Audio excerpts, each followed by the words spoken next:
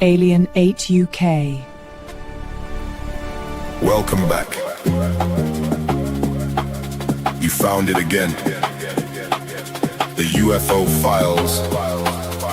Broadcasting round the clock on Alien 8 UK. Red-eye listeners, insomniacs, sky watchers, van drivers on the long haul. You're tuned to the only station that stares back at the dark with you.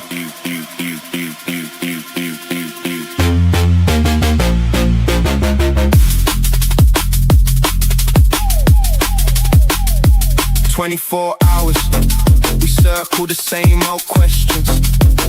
Lights over the north, shadows over the south. Phone lines open, headphones on, blinds half drawn. I got case notes spread like takeaway menus. Highlighters bleeding through until sunrise. Coordinates scribbled on coffee stained napkins from a truck stop somewhere near the east coast. We don't do jump scares here, we do the long stare out the window at 3:33 a.m. when the estate's asleep and the sky feels too crowded. You call in with that voice, half whisper, half there. First time chatter, long time watcher, and the hairs rise on every neck in frequency range. Maybe it's satellites, maybe it's stories we tell, so we're not alone in these flickering terraces and rented rooms. Either way, keep your dial right here. This is the UFO Files. Alien 8 UK. All night, every night, every night, every night, every night, every night.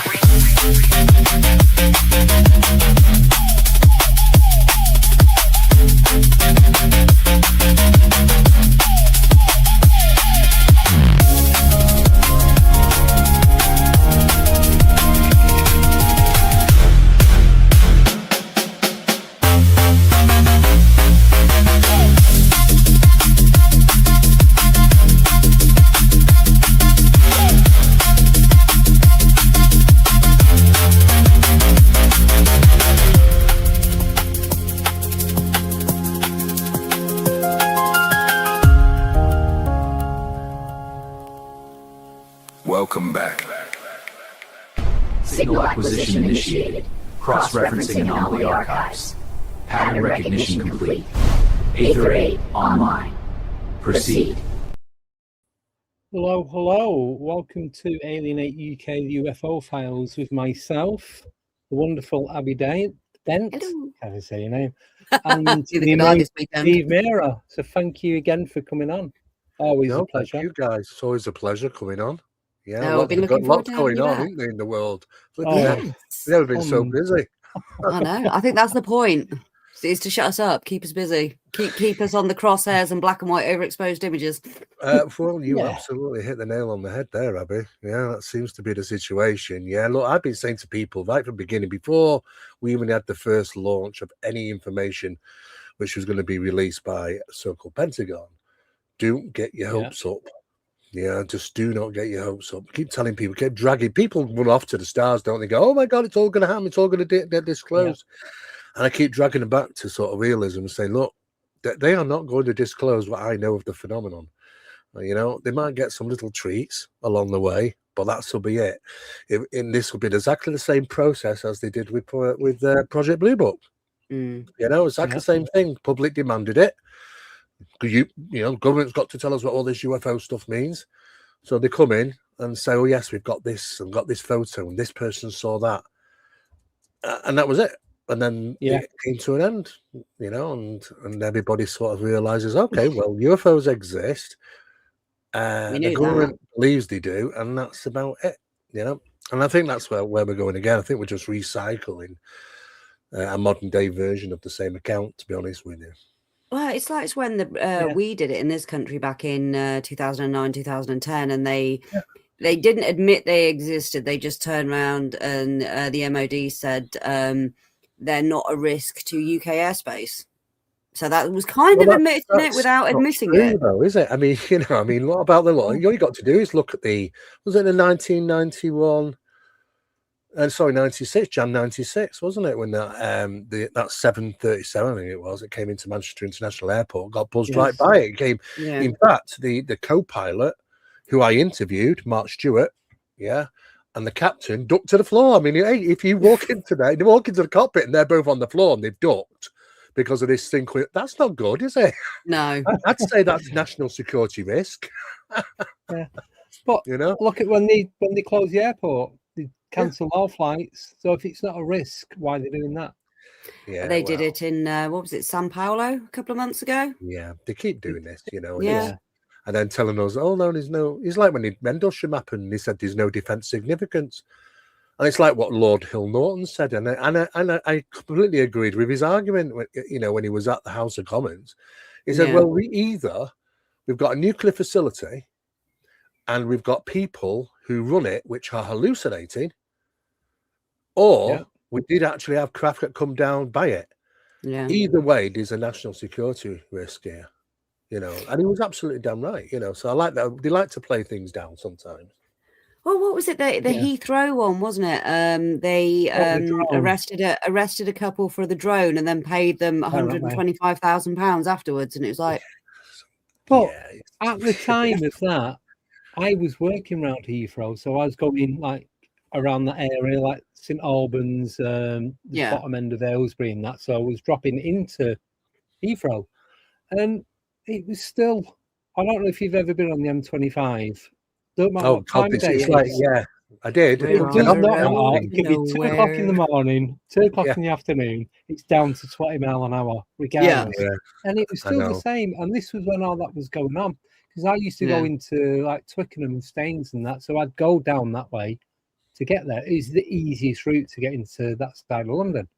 And it was still all going. There's literally no police. But then you were saying a couple of years back with Mildenhall and what's the other one? Lakenheath with the drones there. Yeah. So that week where it was all going off, I'm driving past and you go along the runway, you can see all the jet, you see everything that's going on, the gate, and there's no extra security. People were still outside with the cameras and videos and the radios and all that. And there's nothing looking from the outside, nothing had changed. Whatever was going on inside could have been a totally different story, but it just didn't look like there'd been any interference. Well, they wouldn't, would they? I mean, if they're going to create a big hoo-ha outside and saying you can't film here, you can't plane spot, you can't do this, you'd ask why, wouldn't you? So it'd draw more attention. But that had already come out about the drones being active, or the supposed drone type craft that we're seeing. I think these drone war stuff has been going on since 2014, as far as I'm aware. I mean, it sounds like a Star Wars film, doesn't it? It does. But it's actually how it was explained to me, that there are foreign adversaries that have got drone technology which are penetrating our airspace. Yeah. And they can be launched from boats, submarines, or even off other aircraft, travel quite a considerable amount of miles, obtain data, transmit that data, and if they can't retrieve them, they dump them at sea, but they've retrieved the information from them. You know, so, and that seems to be the sort of the thing that's been going on for a long time. You've got all these different countries which might have these specialized drone activities now, which are encouraging. You know, I mean, look, I know the Americans are doing it, you know, so, you know, other countries like China and, you know, Russia and that would be definitely doing it. Yeah. And sometimes they're shot down, sometimes they're not. But the problem that we have is that there was a massive gap, because when I was working, contracting for NATO and working in telecommunications, I was aware back then that there's a massive, massive gap in radar. And the reason being is that when they're monitoring the skies, is that they don't want false alerts. And you can get false alerts with birds, kites, balloons, and they just don't want that. So any small item, any small object, basically, the systems were told to ignore, because you just get, every day you just get false alerts all the time, and it's a nightmare. The problem is, though, the drones are that small now that they get straight in and can cause an incursion, and are not even being picked up on radar because they're not even looking for them. No, slipping through the net. Yeah, they slip right through the net because of the size and how speedy they can be. Yeah. They have to change the ways in regarding now and they are doing now, actually, modifying radar systems to be able to pick up smaller objects, but still they've got this problem about kites, birds, and balloons, because how do you discern one from a small drone that's this big? It's civilian hobbyist drones. You've got film crews and your news outlets and stuff like that. And well, if you look at the new DJI, the minis, which have like the most advanced, they're tiny. It's probably not even as big as my phone. Yeah. And the power that they've got and the capabilities are just that's ridiculous. The stuff we know of. What about the stuff we don't know? That's the stuff that we can buy as general public. Yeah, I mean, look, it's getting next to impossible now to just monitor an environment completely. I mean, God knows how small these things can be. I mean, I've even seen some that look like birds and hover and fly like birds. Have you seen? There's insects. Have you seen the bugs? Yes. Yeah. It's like the size of a grasshopper. Yeah. Well, I remember the CIA had one which looked like a fly. Yeah. But it actually was tiny little robot thing. It was incredible. I was looking at them. The battery lasts for like up to 2 to 3 years, but once the battery goes, that's it. You can't recharge it or anything. It's game over. But they're only pence, literally, like not even a tenner. No, I mean, there's a lot of that. Well, that's what I was told anyway. And I expect the fact that a lot of these things sometimes that were being misidentified could be that. So they don't always. It's always going to get downplayed, though. You can't say that they're being spied on by. I was going to say it brings new meaning to the word being bugged, doesn't it? Really? Oh yeah. Oh yeah. Well, I mean, there you go. Play on words. There was an old document that I found, and it was from Israel. It was an Israeli document, and it was back in 2014 or 15. And if you look through Israeli UFO documents, they don't have a problem saying UFO. They say they give chase to UFO, they scramble jets to clear the UFO, and quite open about it regarding their release documentation. But on this particular occasion, it said that the military bases, there was an incursion by these pill-shaped CIA drones. That's what they said. Pill-shaped CIA drones. Wouldn't that be a Tic Tac type? Exactly. Yeah. So it makes you think, well, why didn't they just say UFO? And the thing is that they did scramble jets to clear these out of the sky. Couldn't catch them. Just shot off, which is interesting because you're talking about a 2015 Israeli UFO document here. Yeah. So it makes you think into it. I mean, look, I think we are. I think, I think the Americans, I think the British are involved in that type of stuff as well. But then other countries are. Yeah. I mean, a distraction is when like China sends over this really big, obvious, slow-moving balloon with an aerials on it. Yeah. What, like the year before the drone incursion in America, you mean? It was just, that's a distraction. It's just pathetic. That it's so obvious, isn't it? I had a giggle at that one. I think they can do a bit better than that, China. Yeah, they're just playing with us. Of course, yeah. They'll release a Chinese dragon when the time's appropriate. Yeah. But hologram. I think some of it, I think, to be honest with you, the alphabet agencies do use the UFO phenomena as a cover when they're testing some of their black book off stealth technology and planes and new drone stuff, because they'd rather people think that it was a UFO rather than something they're spending billions on. But that doesn't mean that everything that is seen is black book tech. It's it's exactly Of course they are. I mean, I think it's got to the point now that it doesn't matter where they fly them. People will always say, I saw a UFO. Never going to turn around and say we saw a test flight of an exotic vehicle of some sort. They're going to say UFO, it's unidentified, and that's their angle. So they can get away with it. I mean, a friend of mine, Dave Sadler, he ended up going to British Aerospace some time back when he was doing some investigating, and they've got some drones there. And there was one specific one, and he was questioning about, well, if you're manufacturing it here, where do you fly it? Yeah. And he was told, oh, well, we don't fly it here in the UK. We don't test fly it here in the UK. We have to stick it on a plane and send it to America to test fly. And I thought, absolute rubbish. I mean, the costing is involved. You just say, all right, 2 o'clock, 3 o'clock in the morning, in the middle of nowhere, we'll be flying it.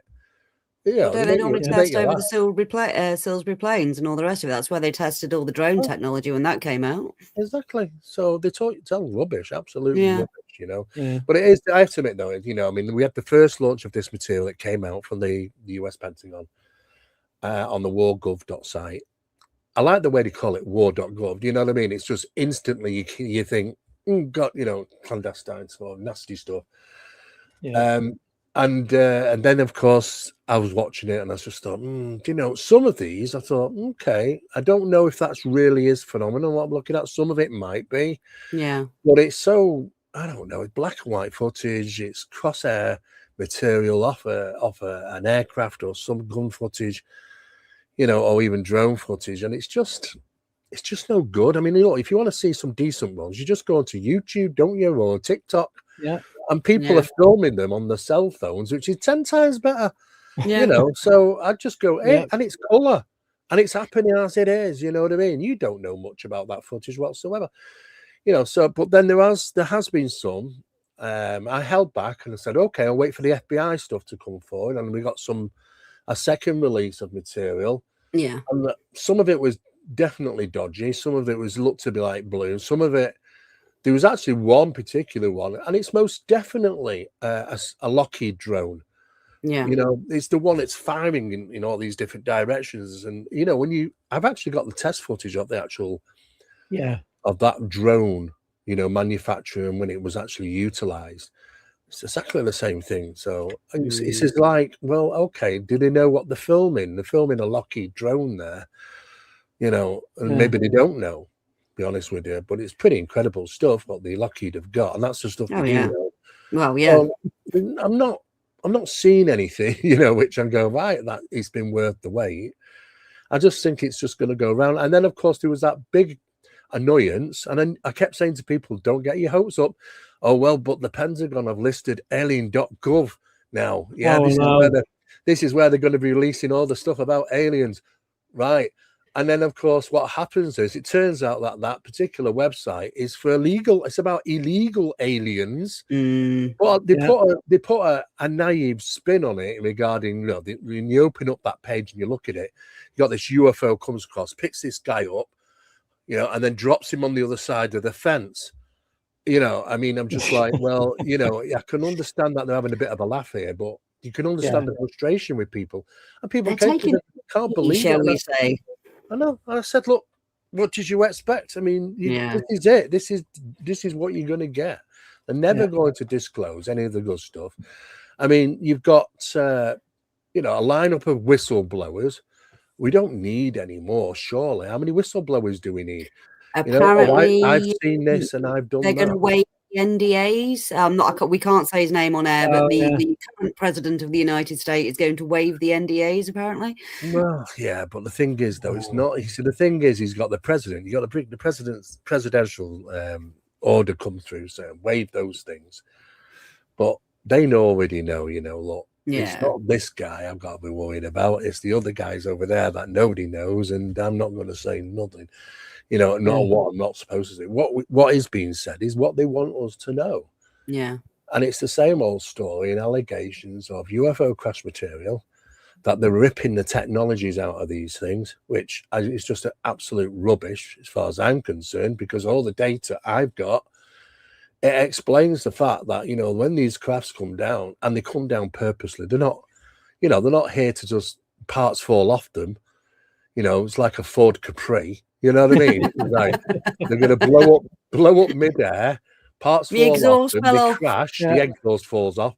Oh, and sometimes you actually have to land and fix it, and you just think to yourself, absolute preposterous rubbish all this is. You know, I know the phenomena does like to play silly games like that, but it's just misleading. The fact of the matter is that these crafts, they don't have any control working surfaces. There's no guidance system. There's no flashy lights and buttons and screens. In fact, from what I really know is that, from what I'm told, there's nothing in them. There's a couple of seats and things like that, and that's about it. So where all the instruments? Well, you don't need it, because the instruments is teed in with the entities. the entities is like having the car keys. You know, and they're the control. It's part and parcel of the phenomena, the crafts phenomena as well. So, you know, but ripping out, I can just imagine, like, well, boys, let's get our sonic screwdrivers out and get all these goodies out of there and rip all these wires and flashy lights and screens. Oh, it makes you laugh. It really does. Well, you know, apparently that's where we got Velcro from. So go figure that one. I mean, what do you think to these? I say they're not allegations, are there? They're I don't know what the word for them is. It these apparent the fact that they're bringing them down with energy weapons and stuff like that. I mean, surely that would. Yeah, the EMPs, the EMPs, and like, you know, Project Bluebeam, stuff like that. They're bringing them down with these things. Well, you know, Project Bluebeam's been going on since the Second World War. To be honest with you, you know, the early forms of it were Germans doing it to put holographic images out of the Dover Cliffs, so people that are on certain ships would see it in the fog and get misguided and go into the wrong waters where the U-boats were waiting for them. But it's not called Blue Beam, actually. It's a different name now. But I don't believe any of that, to be honest with you. I mean, look, you know, we see these things traveling through ionospheric, you know, the Earth's ionosphere. Yeah. We see them, you know, we've filmed them. I mean, look, if you go back to the 90s, you can see all the STS mission footage that NASA kindly put out for us, showing that they're all around. Now, just in near Earth's orbit, the amount of EMP, the amount of electrical radiation and stuff like that, we've got nothing to fear about the toys that somebody might manufacture and point at a UFO to try and bring it down. That's nothing in comparison to what, you know, what space and now, you know, outside Earth can do.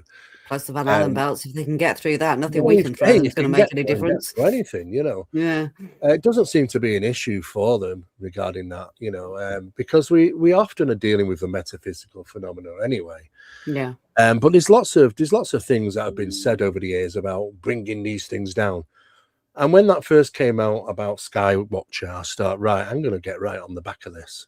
Yeah. You know, because something wasn't quite right with me, we know, regarding Skywatcher. So I realized, they're utilizing psionics. Okay, I know how psionics works because it's been around for a while. It's nothing new. It just made it sound new.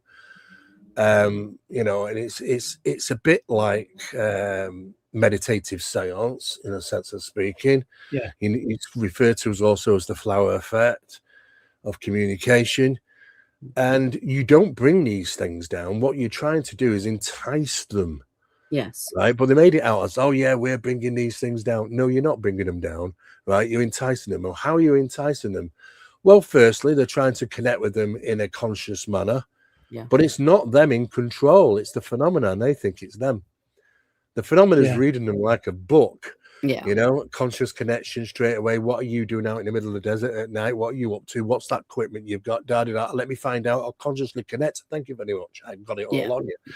And it's, they think it's them. Oh, it's down to us. No, it isn't. It's always down to the phenomenon. You can invite it. It's a conscious choice. It's a free will thing. So, you know, you can invite it. But if it chooses to respond to you, that's down to that, not you. That's exactly it. I mean, look, we've got one personnel from the Skywatcher team saying we're finding it very difficult to visualize them. And we're like, what do you mean? Like, well, we can film them and we can film all these. I love these little, we've got 6 different types now. The jellyfish type, the dart, the round one, the sphere, the tic-tac. Hello. I mean, in 1977, they listed over 10 million variations of UFOs. How many have you got? 6. You know, I mean, there's no baseline.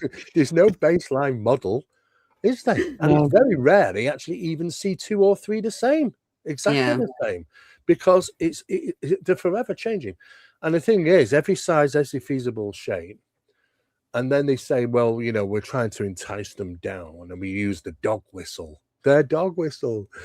All right, let me tell you what a dog whistle is. It's RF frequency, right? And I also know the frequencies they use.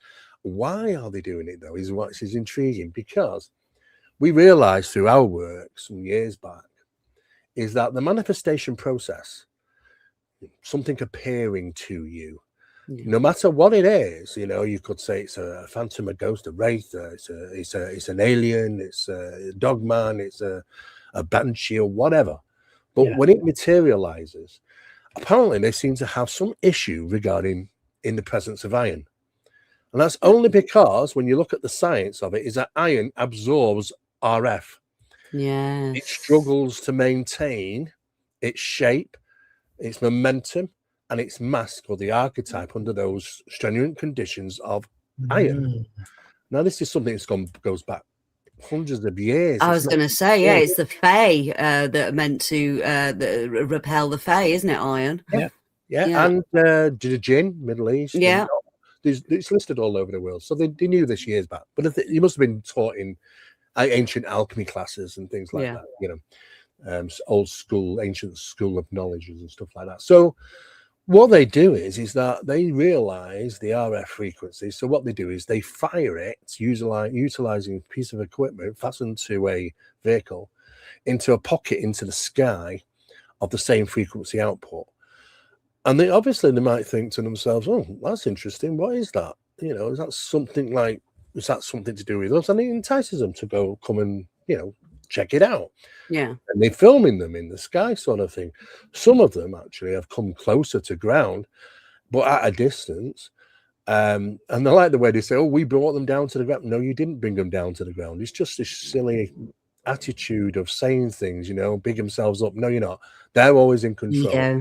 And so they brought, you know, but the guy that's filming this and the guy that's watching this, he's like, I can see this craft, I can see this being, but the being is changing shape. It looks like it's some type of Egyptian god, but then it's not. It looks like an alien great, but then that's changed as well. It's changing archetypes, shifting. It's trying to find its way.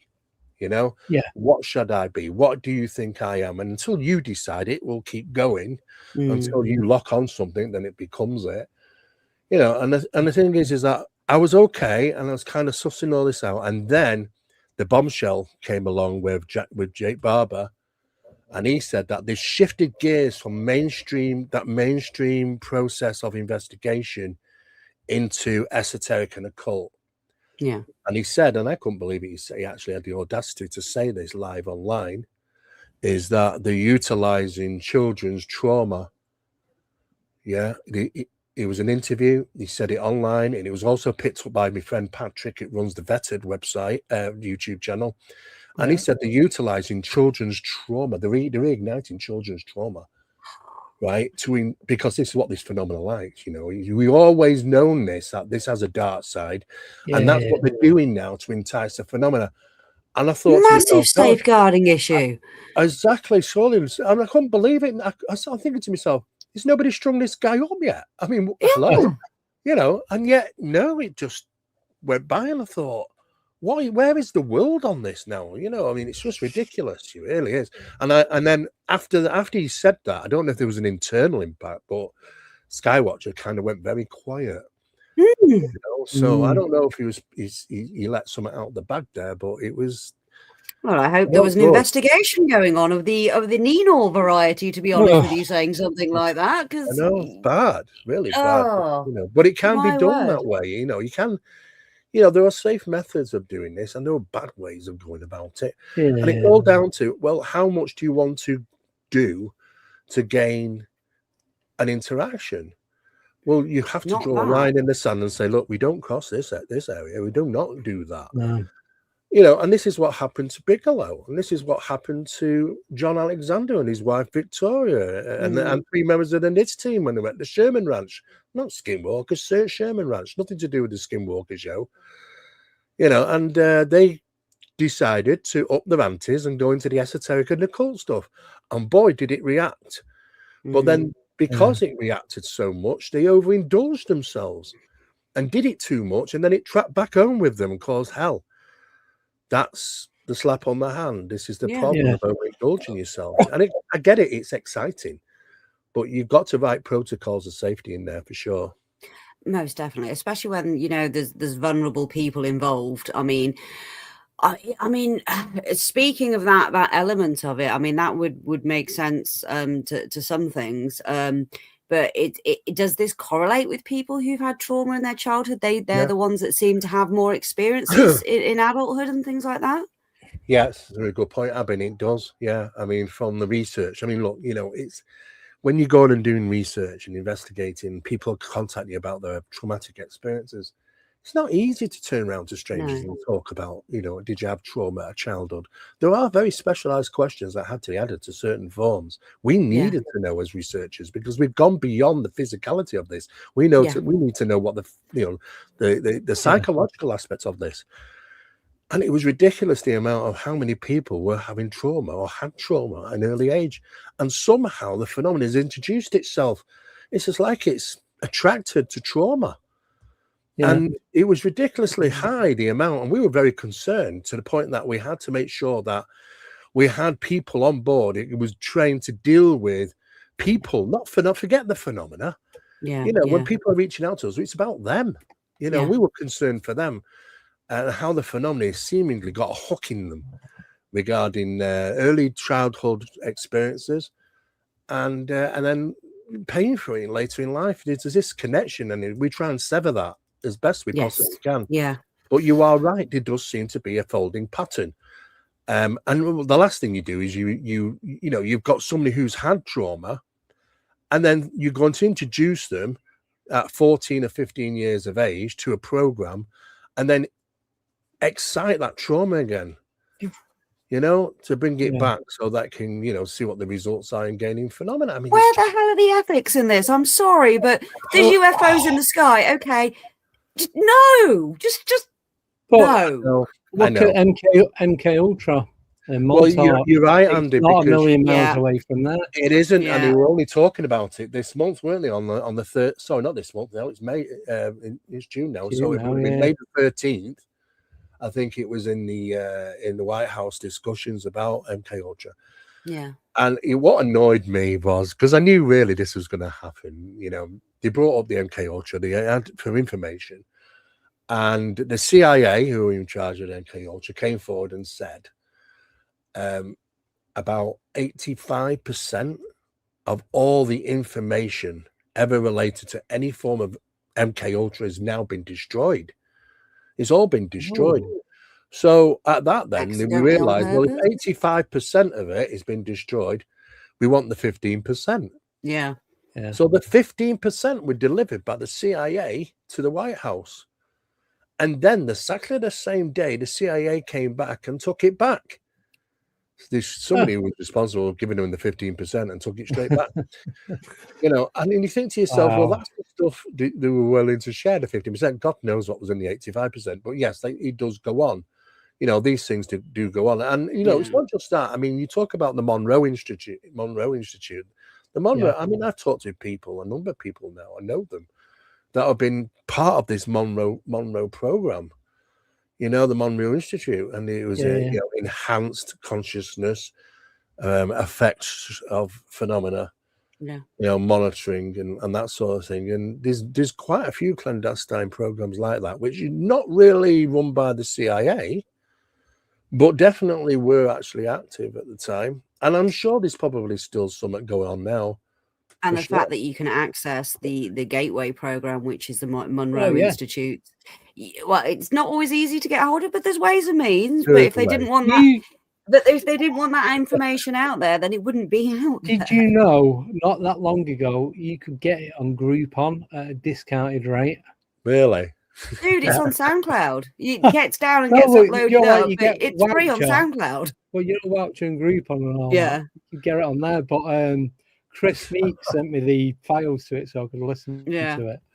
It's crazy, isn't it? The things that people have to realize though, that there's no good from this. They introduced. Remember when they introduced the God helmet? Okay. Yeah. Well, we did our research in regarding utilizing the God helmet, and through some help that we had from certain people that are involved in quantum imaging, we realized what was going on with the God helmet. Now, it's okay if you want to enhance your mind or brain, stimulate your brain by this God helmet to see if you can communicate with something in some conscious manner. But the problem is that what we didn't realize is that it's a two-way door. Yes. And the problem is that sometimes things were coming in and you can actually see them. in the quantum imaging affecting the individual, and they don't even know they're doing it. And I really the rule in there: don't use the damn thing. You do not stimulate the brain. You're opening your doorway to anything. I mean, yes, you might put your consciousness out there, but it's open for something to come in as well. Yeah. And there's some undesirable according to the information that we looked at. So it's not an advisory thing to do. I don't think any form of doing things like that is a good method. There is a natural methods, of course, and if you don't achieve it, you're not supposed to achieve it. Maybe. Yeah. It's worrying. Quick question. You said about this 85% of information got deleted. Do you think it actually? Well, they said it's gone, it's burned, whatever, destroyed. Yeah. Or do you think they just moved it? So yeah, it's been rid of deleted. Well, to be honest with you, I mean, how to get rid of information? Well, do you know what? MK Ultra stuff would have all been handwritten. Yeah. Right. It would have been the days before digitalizing. Yeah. Okay. So there would have been files and files and files. Now, if that program's over and they've got some data somewhere they will have some data somewhere to say, how successful it was, what did we obtain, they can destroy that, because they don't need to have that. It's in old programs and stuff like that. Yeah, they've got the results of. They've got the results somewhere, though. Yeah. Oh, for sure, yeah. Oh, that'll all be on microfilm somewhere.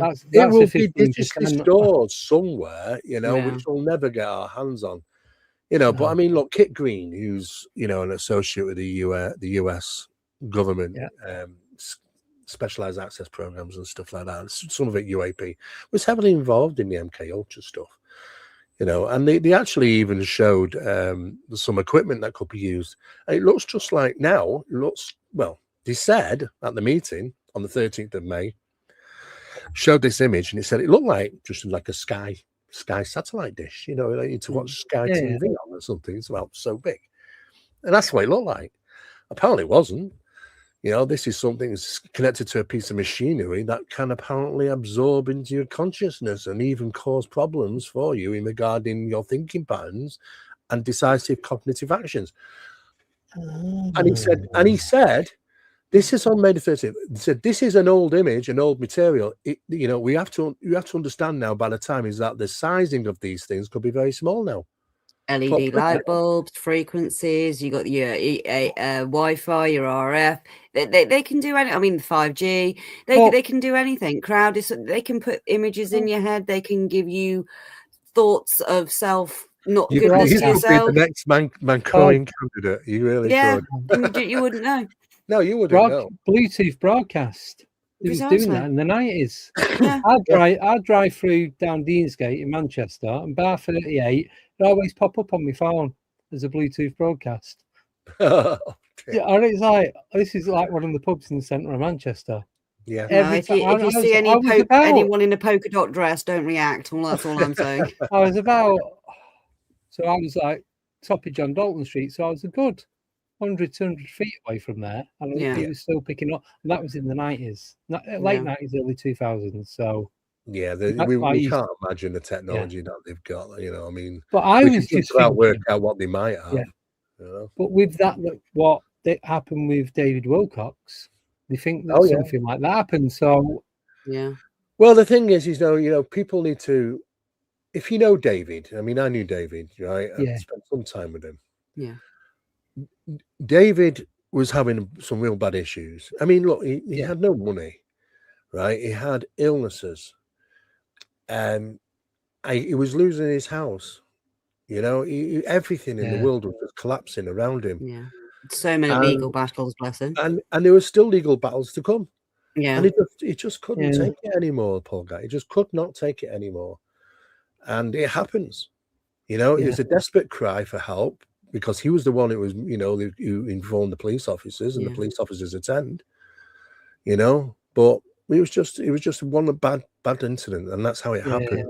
I don't think there was any clandestine thing that might have caused him to do that. Apart from the fact is that he had very strong issues, very bad issues, and he had no one to turn to, no one. Yeah, well, the thing is that you read so much on the internet, you don't know what's true and what's not. Well, I don't think David was any, I don't think David had said some things over the years, right? But I don't think he'd ever said anything that really caused, much of a to be honest. I mean, he's still be there to turn up at the next 1,000 people event to talk. So, I mean, if Ike is still going, that kind of proves that theory. Yeah. So I don't think that was the case. I just think that he went through a really bad time, unfortunately. But I even saw people putting spins on, when Nick Pope passed away, and we all know Nick was very ill with a serious illness, and it got the better of him, unfortunately. But on that, I think a day after or two, there was this posting. It went up, and he said, "Oh, now he's out the picture because he did these investigations." And I just let rip, basically, because I said, "Look, you have no idea what you're talking about." They want you don't need to put a spin on things now, do you? No. But it gets traffic to their channel. It gets traffic to their page. So to feed into that conspiracy theory aspect of it, it's Well, respect the person. People always do that. They just can't help it. It's sort of natural for them to do so. And that's I understand that. Sometimes people look for conspiracy when there isn't, and sometimes when you don't think there's a conspiracy, that's when it is. Yeah. Because when the psyops doing its job. The psyops people are so good at it, you wouldn't even realize it's a conspiracy. So it's like, oh, I'm being followed. Who by? The CIA. How do you know? I can tell. Really? I said, if you're being followed by the CIA, you wouldn't see them. No. There's no way you'd see that. Oh, they're always following me. Really? Well, I'm not very good at them. They'd need to be sacked from the CIA, then, wouldn't they? They don't need to now. They just we give them all the information they need. So I know. They'll never know anything. We put the spooks out of the job. They say, "Oh, I'm going underground. They're never going to know anything about me. I'm just texting everybody this." Yeah. It's going to update my Twitter. It's a crazy world we live in. We really do. But you know what? I don't know what else is going to get released, but I'm not holding out for something fantastic. I don't think the UAP hearings are really going to get anywhere until they start introducing experiencers. Yeah. There's no good talking to a pilot. I mean, I'm lucky enough to have a relative in my family who was a Top Gun pilot. And he was not only a Top Gun pilot, he was a Top Gun trainer. Yeah. And they basically say, look, what makes you think pilots know what half of these things are out there? Why did you think they need to know? They don't need to know. They're sent up, they see something, they're told not to engage, they're told not to fire upon it. Sometimes you haven't got even weapons when you go up there. And they're just saying observe and report back. Well, that's what they do. They observe and report back. We don't know if they're just being pitted against some of the greatest technologies that they've got. Why would they know? I mean, if you look at starfighter pilots, the starfighters were incredible aircraft. But you wouldn't expect it in 1973, that they were being pitted against the F-117 Nighthawk stealth fighter. In 1973, we didn't even know it existed till 1991 during the Gulf War. Precisely. And they they couldn't pick up on radar. They must have thought these things must be UFOs. Oh yeah. Now the pilots were never told that. Oh well, it's a new technology aircraft that we've got. They just reported it must be UFOs. It's like anything. You've got to try it live, and you've got to try it against your own people. You're not going to try it against the enemy. Because they know the ones that are operating it should have a report of what to expect or a guidance of you need a live scenario. Yeah. So then, so you do the live scenario like you just said, see what the pilot brings back, save it, send someone else up, and do that a few times. So you get a mean, and once you've got that mean, you compare the notes, see what you get, and then whether you need to improve the ability of what's going on, or retrain the pilots, because some of the pilots might have gone, "Oh, I didn't say anything." You might have done. I mean, it goes either way. Look, that does happen. Look, these excursions happen all the time. It's the best way to get the data, though, isn't it? Because put them up against the best aces that we've got, and the best aces the Americans have got is the naval pilots, not the U.S. Air Force. It's naval pilots are the best. They're the aces. So let's put them out there. All right. And and just by chance they go up there and all of a sudden they see all these little things around. Yeah. And they're out flying us. And well, did anybody take a cell phone out and take some video footage? They carry cell phones with them, you know. Yeah, we know they were doing Red Arrow's pilots were doing selfies in the cockpits over this weekend at the air show. Yeah, cradles for the phone now. Just saw some one image, and it wasn't even the object; it was the heat signature around it. You know, and actually, I got sent something from Amber White. It was somebody I knew in the US who we actually got color film footage of the Tic Tac. And they were pushing that out, and I was pushing the colour film Tic Tac out at the same time. I'm thinking, well, they do exist. It's not exactly hard, and yet we didn't get any of that. And then all of a sudden, about how long was it? 45 minutes later, we'll all turn up to come out and get all the radar data. Oh, well, that was a bit convenient, wasn't it? You know, and then the pilot saying, well, we don't know what it is. It's definitely, we haven't got that technology. Well, how does a pilot know that? No, he's just a pilot. He doesn't know that. They're trained to fly and observe what's going on, like you are, like driving. You're trained to drive and observe what's going on around you. That's exactly. And you think, you've got the best equipment in the world, until it isn't. Yeah, but you see a truck go past. I couldn't tell you what its brake horsepower or size engine or anything is. I just know it looks like a truck. Yeah, it looks like a car. I mean, I do believe they saw what they saw. But how much spray they put on my windscreen?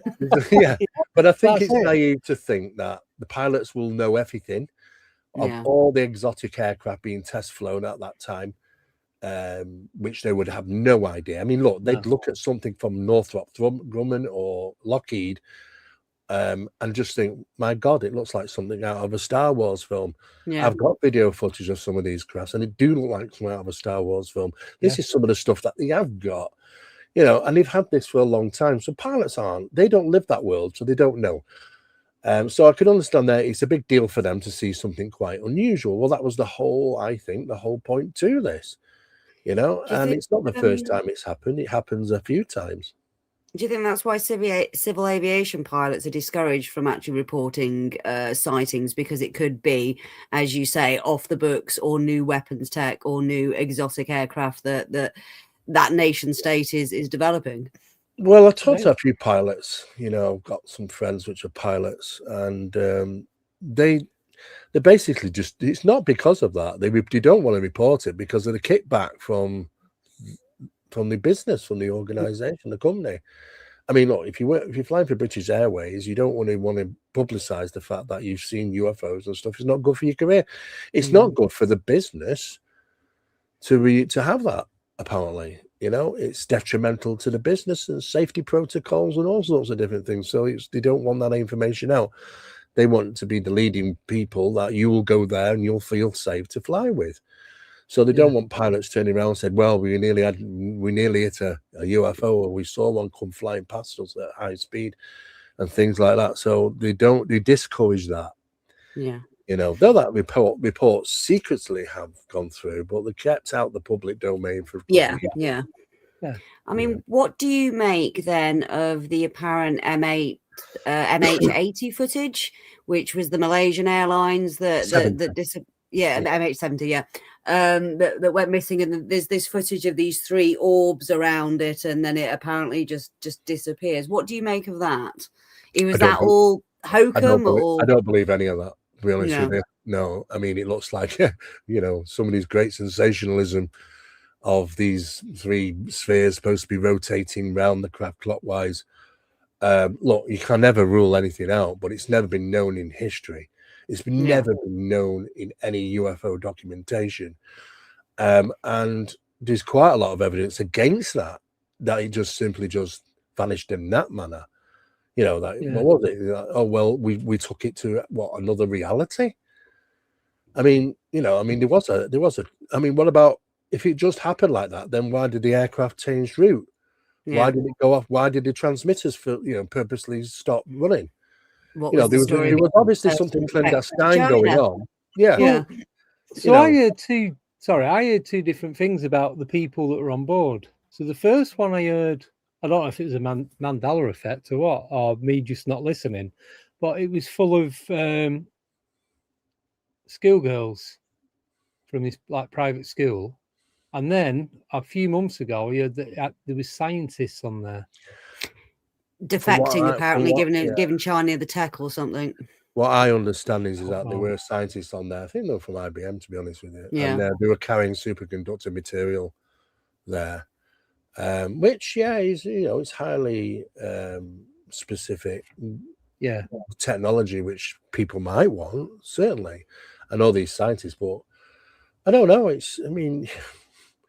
I don't know about the schoolgirls, to be honest with you. But then this is what happens. The problem is longer they leave it, the more extravagant the information becomes. Yeah. This is when the process of investigation, I learned years ago, is raw data, and you have to get in there fast to get it. Yes. Yeah. Because that is when there's less likelihood all the icing's been added to the cake. I don't know if the schoolgirls is part of that icing and other stories that I've heard. But, we do have a true mystery there for sure. Yeah. No, it's very hard for a plane to disappear. Flipping out, we've got satellites the NSA now have, the National Security Agency. It could pick up your digital watch in the Amazon jungle. So they can't lose a plane unless they don't want to find the damn thing. Yeah. And that might be a reason, something clandestine has happened, but something normal, not paranormal in a sense. Yeah. And there's a good reason why they didn't want to relocate that aircraft. So yes. We know that we've all lived through 9/11 and, and when all that happened and other things as well, what happened in the UK and in London. It doesn't take a genius to work out some things are a little bit dodgy. But at the end of the day, we're dealing with probably normal things as opposed to paranormal things. I don't think there's a paranormal conclusion behind it that I'm satisfactory with.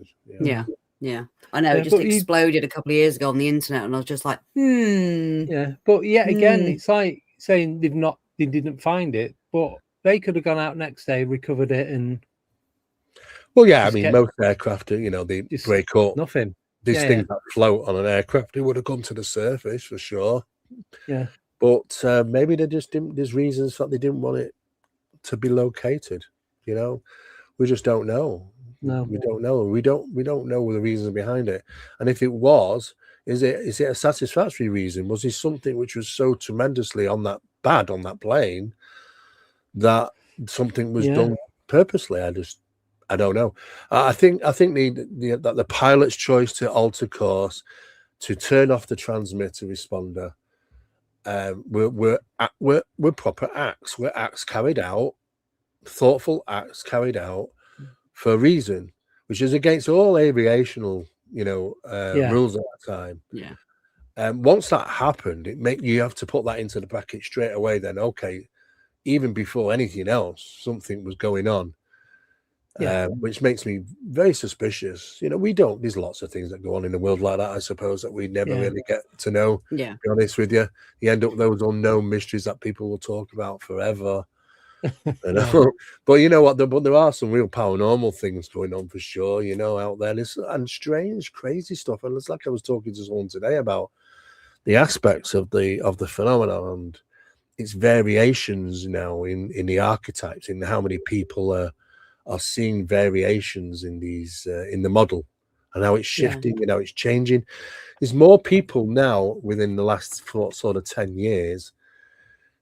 People who have the alien abduction phenomena, which are witnessing more of shadow figures than alien beings in the bedroom now. Yeah. There's a little bit of a shift that's taken place. They might still see, the alien greys or whatever, but or even the mantids and stuff. But the initiations is sometimes more like shadow figures and things like that, fast moving sometimes as well. That's what I experienced when I had that involuntary, and I say it was involuntary because I've never astral projected voluntary or had an OBE. That's what I saw with shadow figures. When it was very tall, 7 foot. It changed as though, and you go back. It was pretty much EBs and and even small blue aliens, the chunky ones, which are being reported around people's beds in the middle of the night. These experiences, abductees, but it has changed. There is an evolutionary process to the phenomenon, so it does change over periods of time, and that causes confusion because people think it might be something different, but it's just the mass is changing. We've experienced recently and interviewed recently a lot of people that have had quite religious archetypes they've experienced with this phenomenon. There's been quite a spate that we've spoken to recently. Yeah, and that's why the Vatican have come out with the norms document, because they're highly concerned that there is something mimicking religious apparitions. And it's actually there. You can actually download this document, the norms document, supernatural. You can download it on the internet.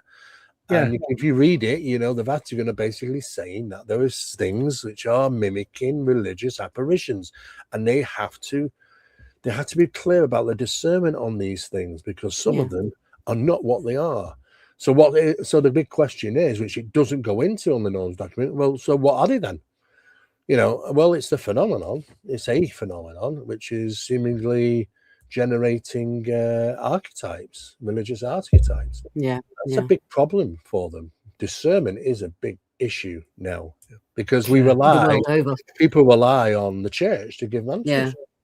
And the church might not have them because they can't discern exactly what the difference is between Virgin Mary, an original, an authentic Virgin Mary, or an apparition of Danu or Hathor or Isis or the Lady or whatever.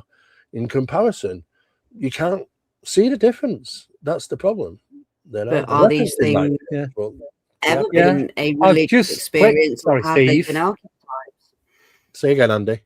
Yeah, I've just clicked on it now. So I've gone on the Catholic Church website, and it says Vatican releases new norms on alleged supernatural phenomena. That's the one. It's like there's loads. It's like you just type in the norms document, like you said, and you can scroll forever. It's discernment, a serious issue for them. Supernatural phenomena. Yeah, it's all about what I was asking is, if people have been having these religious experiences, obviously since for centuries, what they were experiencing, was it actually a religious experience, or was it actually an archetypal phenomenon? Well, there you go, Abby. That's the problem, isn't it? That's all down to the measure of discernment. Now, the only way to measure discernment is to know it in here, inside. Because you can't do it visually. I mean, we can't look at anything now and say, well, this is it. That's what it was.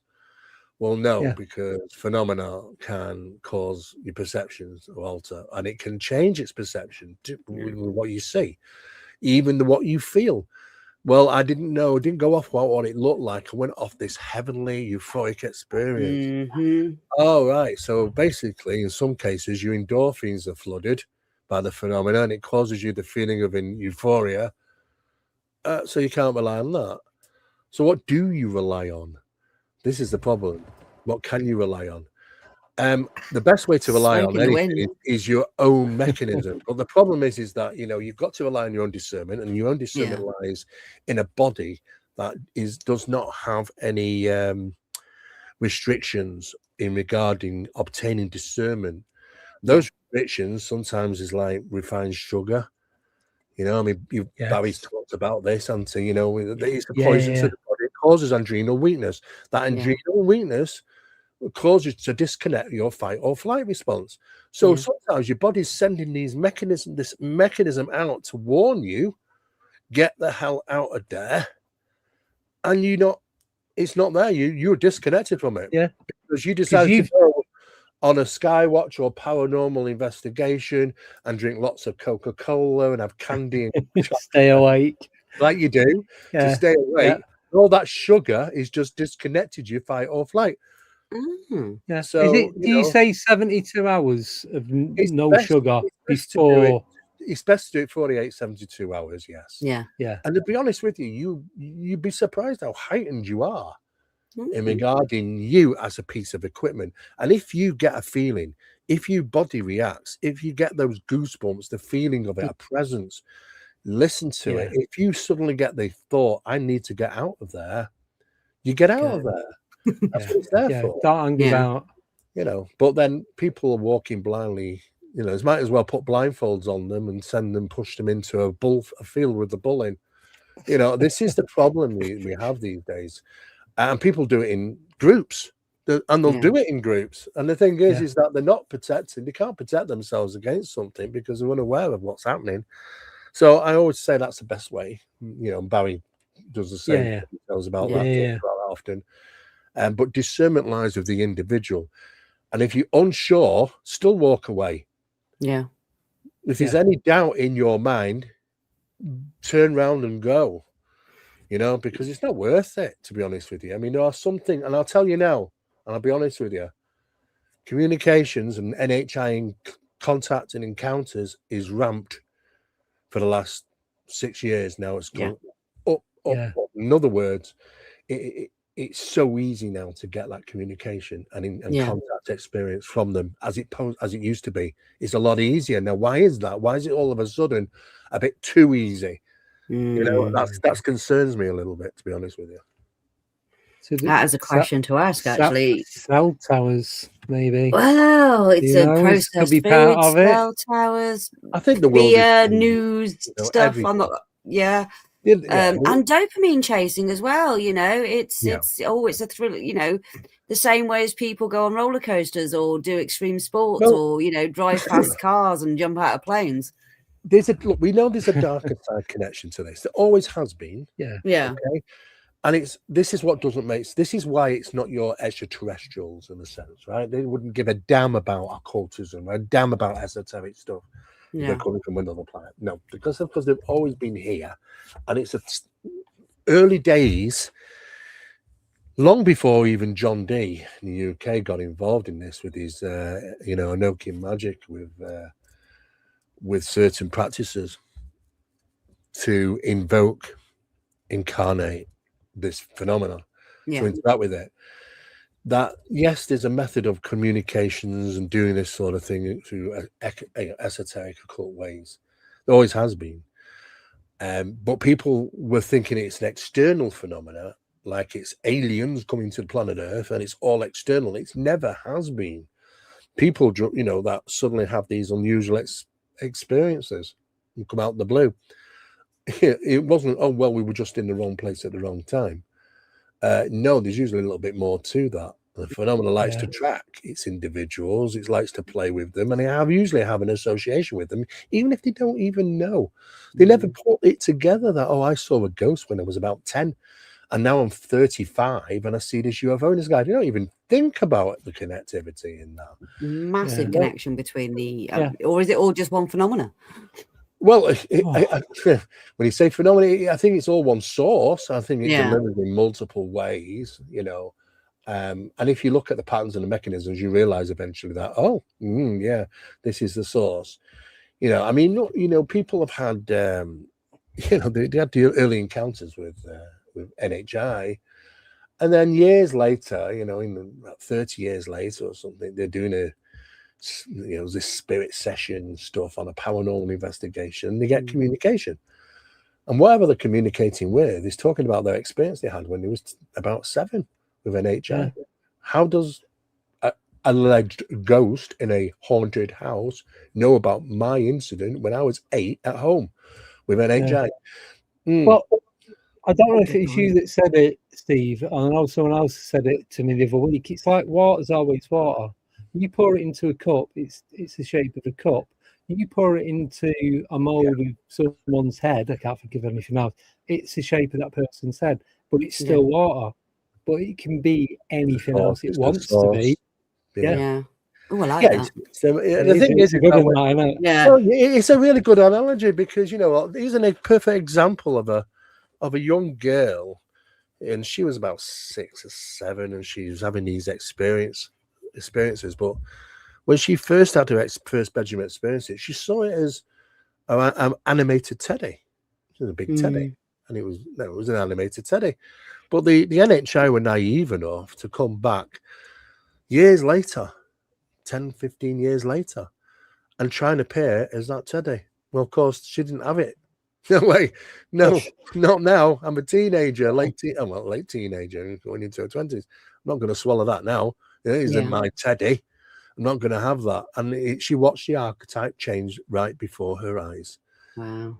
From the teddy to the beings, So it's the thing is that they didn't realize that the growth of humanity's mind is that they're not going to accept what you might accept when you're 6, like it's just an animated teddy bear. And when you see it later on in your teenagers, and you think, you've lived a bit, you've seen a bit, and you go, no way is that, and then it changes. That's the whole thing. It's about fitting itself to your consciousness. So I'm just thinking, I'm just thinking about what you were saying then, Steve. So with the stuff that I've had, like the earliest I can remember was the age of 4 up until maybe a couple of weeks ago. And it's always been, I've had this experience or encounter, and I've gone, right, okay, I've had that, and I'll just carry on doing what I'm doing. I've never felt the need to tell anyone or do anything. But it feels now, thinking about it, what you've just said, there seems to be 2 types. So there's one where it's like, it's a constant thing, and it's the same. I have the same feeling with this one. It's like, right, yeah, whatever. That's been and gone. Whether I was 15 or 25, 35, whatever age I was. But then there's this other one where I'm like, I'm a bit anxious about it. And it's like, I get the feeling that it knows that I know that it's watching me, regardless of whether it's a UFO, a shadow person. And I'm getting the 2, but they're the only 2 things that I'm getting from all of the different things that have had happen. Well, the thing is that there is seemingly a hierarchy. From my experiences, I've experienced many different things. Things that you'd think you'd likely to put into different boxes. It makes you think that way, and you think, well, that belongs in the Fae, and this belongs in the paranormal, and this belongs in the ufological, but really, it's not. It's all one box. But the thing is that as time's gone on, you realize there is a hierarchy. There are ones which are worse, and there are ones that trigger fear responses. I know even ones which are even worse than that, so it just depends. I mean, there is seemingly a hierarchy of these things. People experience very different things sometimes, but you notice the difference between them for sure. Well, can I they're feeding off our reaction? Do you think the frequency, the fear, the chemicals, we're putting out when we're experiencing, or people are experiencing these things, whatever they're trying to trigger in us, do you think they're feeding off that frequency that gives them some sort of energy source or pleasure? Or because there's got to be some reason behind it to they just can't be just like Loki going around going, I'm just gonna mess with some humans just for the fun of it, I do believe so. I think some of them are fear feeding parasites for sure. Now, there was a big debate about humans and fear-feeding pheromones and things like that. Do we still produce pheromones? Some people said, no, we don't. Some people say we can't detect them anymore. So I had to go through the science side of things. And it turns out that, yes, we do produce fear pheromones, and yes, they still can be smelt. So that's the truth of the matter, because a lot of people are not sure out there. But the science, we've got the science behind it to say, yes, we've got experiments carried out to prove that, yes, it does. So what is it when poltergeists are fear-feeding parasites? They want to create phenomena, cause a vexation of stress cycle, utilized again for the next active phenomena, and so on and so forth.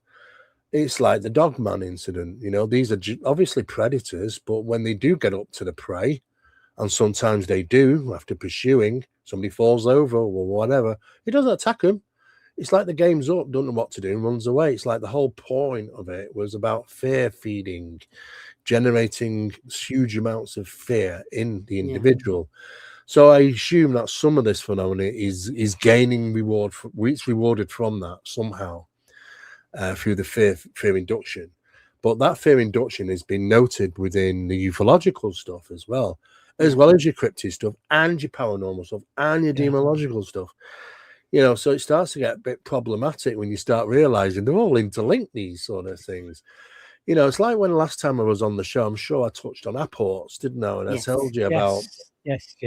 Oh, God, your ring. Yes, your ring, and I said about quantum anchors. Well, there's a priest that's just come out now, right? And he's showing this photograph, and he's basically saying, this is me, because that's my hand.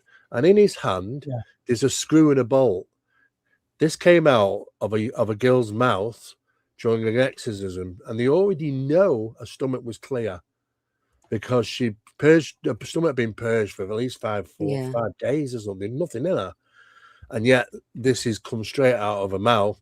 Again, it's a process of the phenomena trying to quantum anchor itself desperately into the environment, because he's trying to get rid of this thing, and it's out of desperation, it's trying to anchor itself. So he regurgitates an apport into that environment, desperately trying to keep itself there.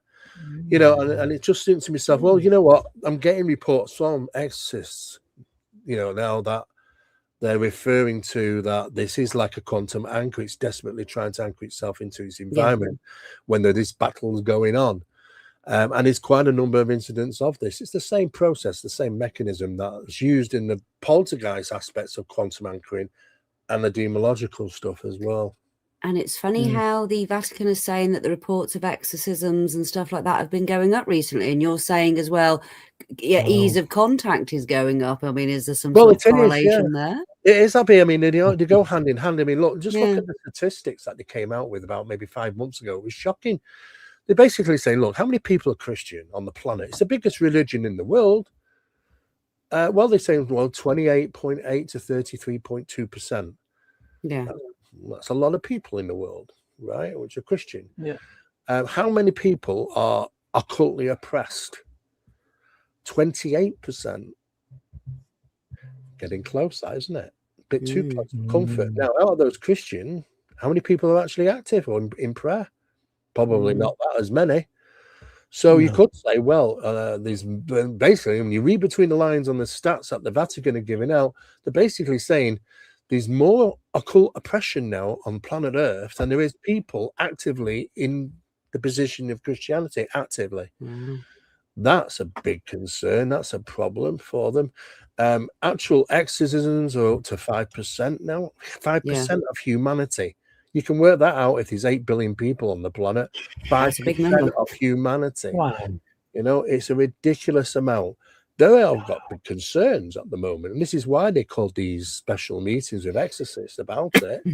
Big concerns, and they're trying to think what to do. But the problem is that the world is taking a different path. It's taking the excitement into the occult aspects of stuff, and now they're getting linked into the UFO stuff. Let's go and do a C5. Well, C5 is a ritual, by the way.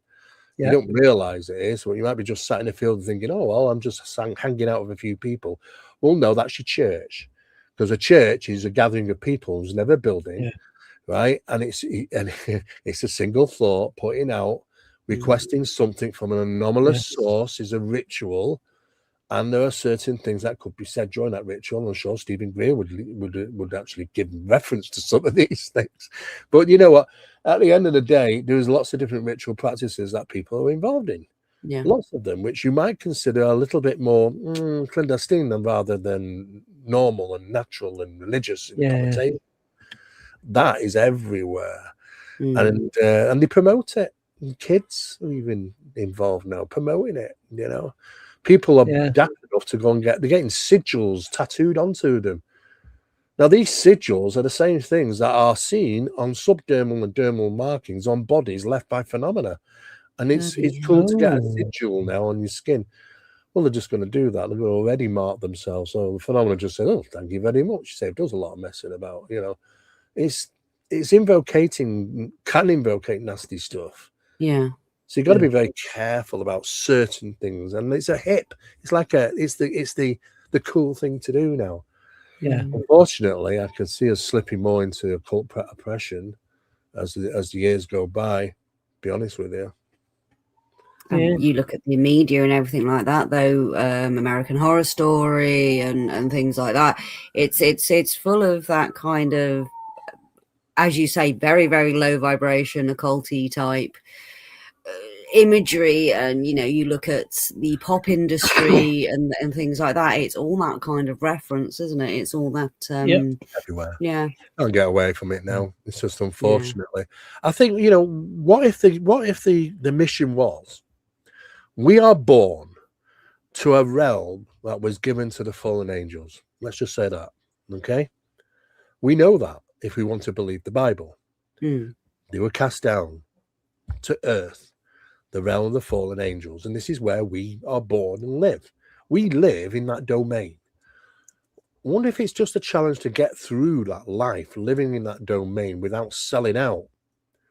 You know, what if that is the ultimate thing? What if that is the test? You know, and it's a test that people are failing a lot, to be honest with you. You get a lot of people in the reincarnation and past lives and things like that.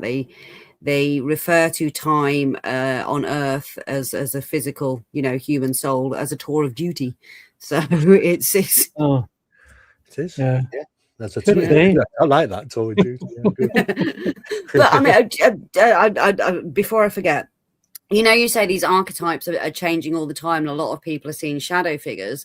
Or what if what if people are seeing shadow figures because in their brain there is no archetype anymore? They haven't got that association to religion, or they're not scared, or they're not gonna see a little grey or a mantid or whatever. And that's why you're getting the shadow people now, because there is no archetype to project onto. Yeah, it's a good point. And I've been through this. Yeah, it's a blank canvas.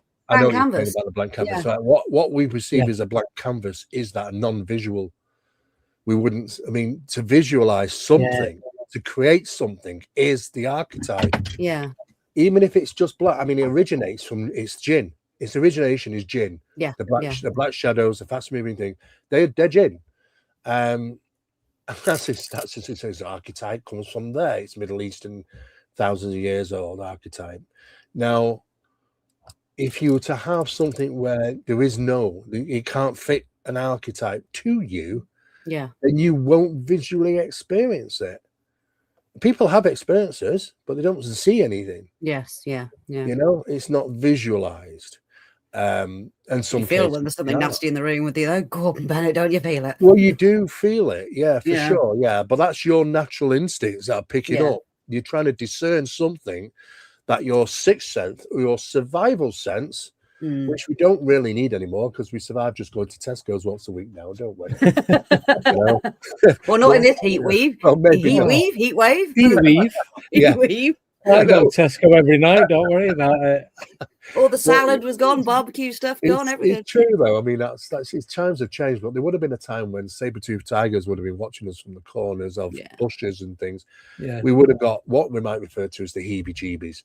Yeah. Right. Well, okay, let's just underline that. What's heebie-jeebies? Well, heebie-jeebies is a nickname to a certain feeling, and it's a feeling of your survival sense or tingling sensation or whatever you want to call it. But it's your survival sense stepping in. It's your fight or flight responses being stimulated by something that your normal senses are not picking up.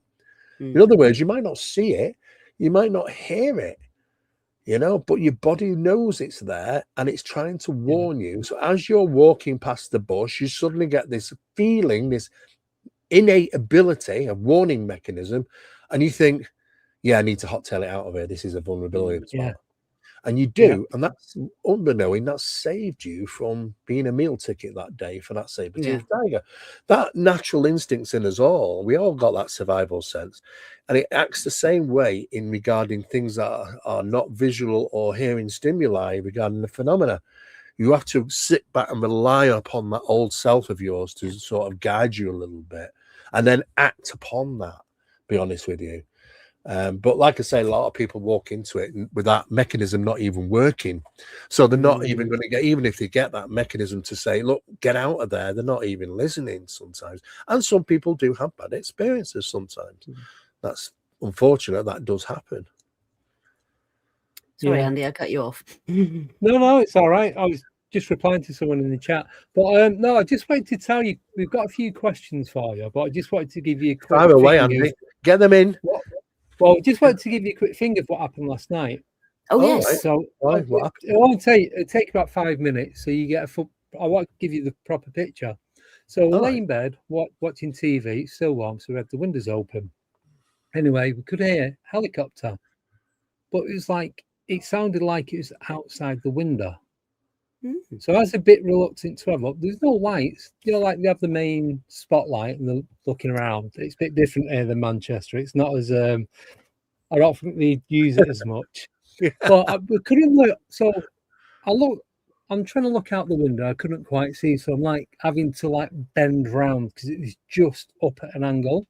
But I couldn't see any shape. Obviously, it was dark, but it was quite a clear night, and there's just a red and a green light, neither of them flashing, just two solid lights. But the sound of the helicopter was 100 times amplified. It wasn't a Chinook. I know you can hear the double, and that makes my ears pop when I hear the Chinook, because you got the two different ones going at the same time. So grabbed my phone, did not take a photo because that'd be too easy.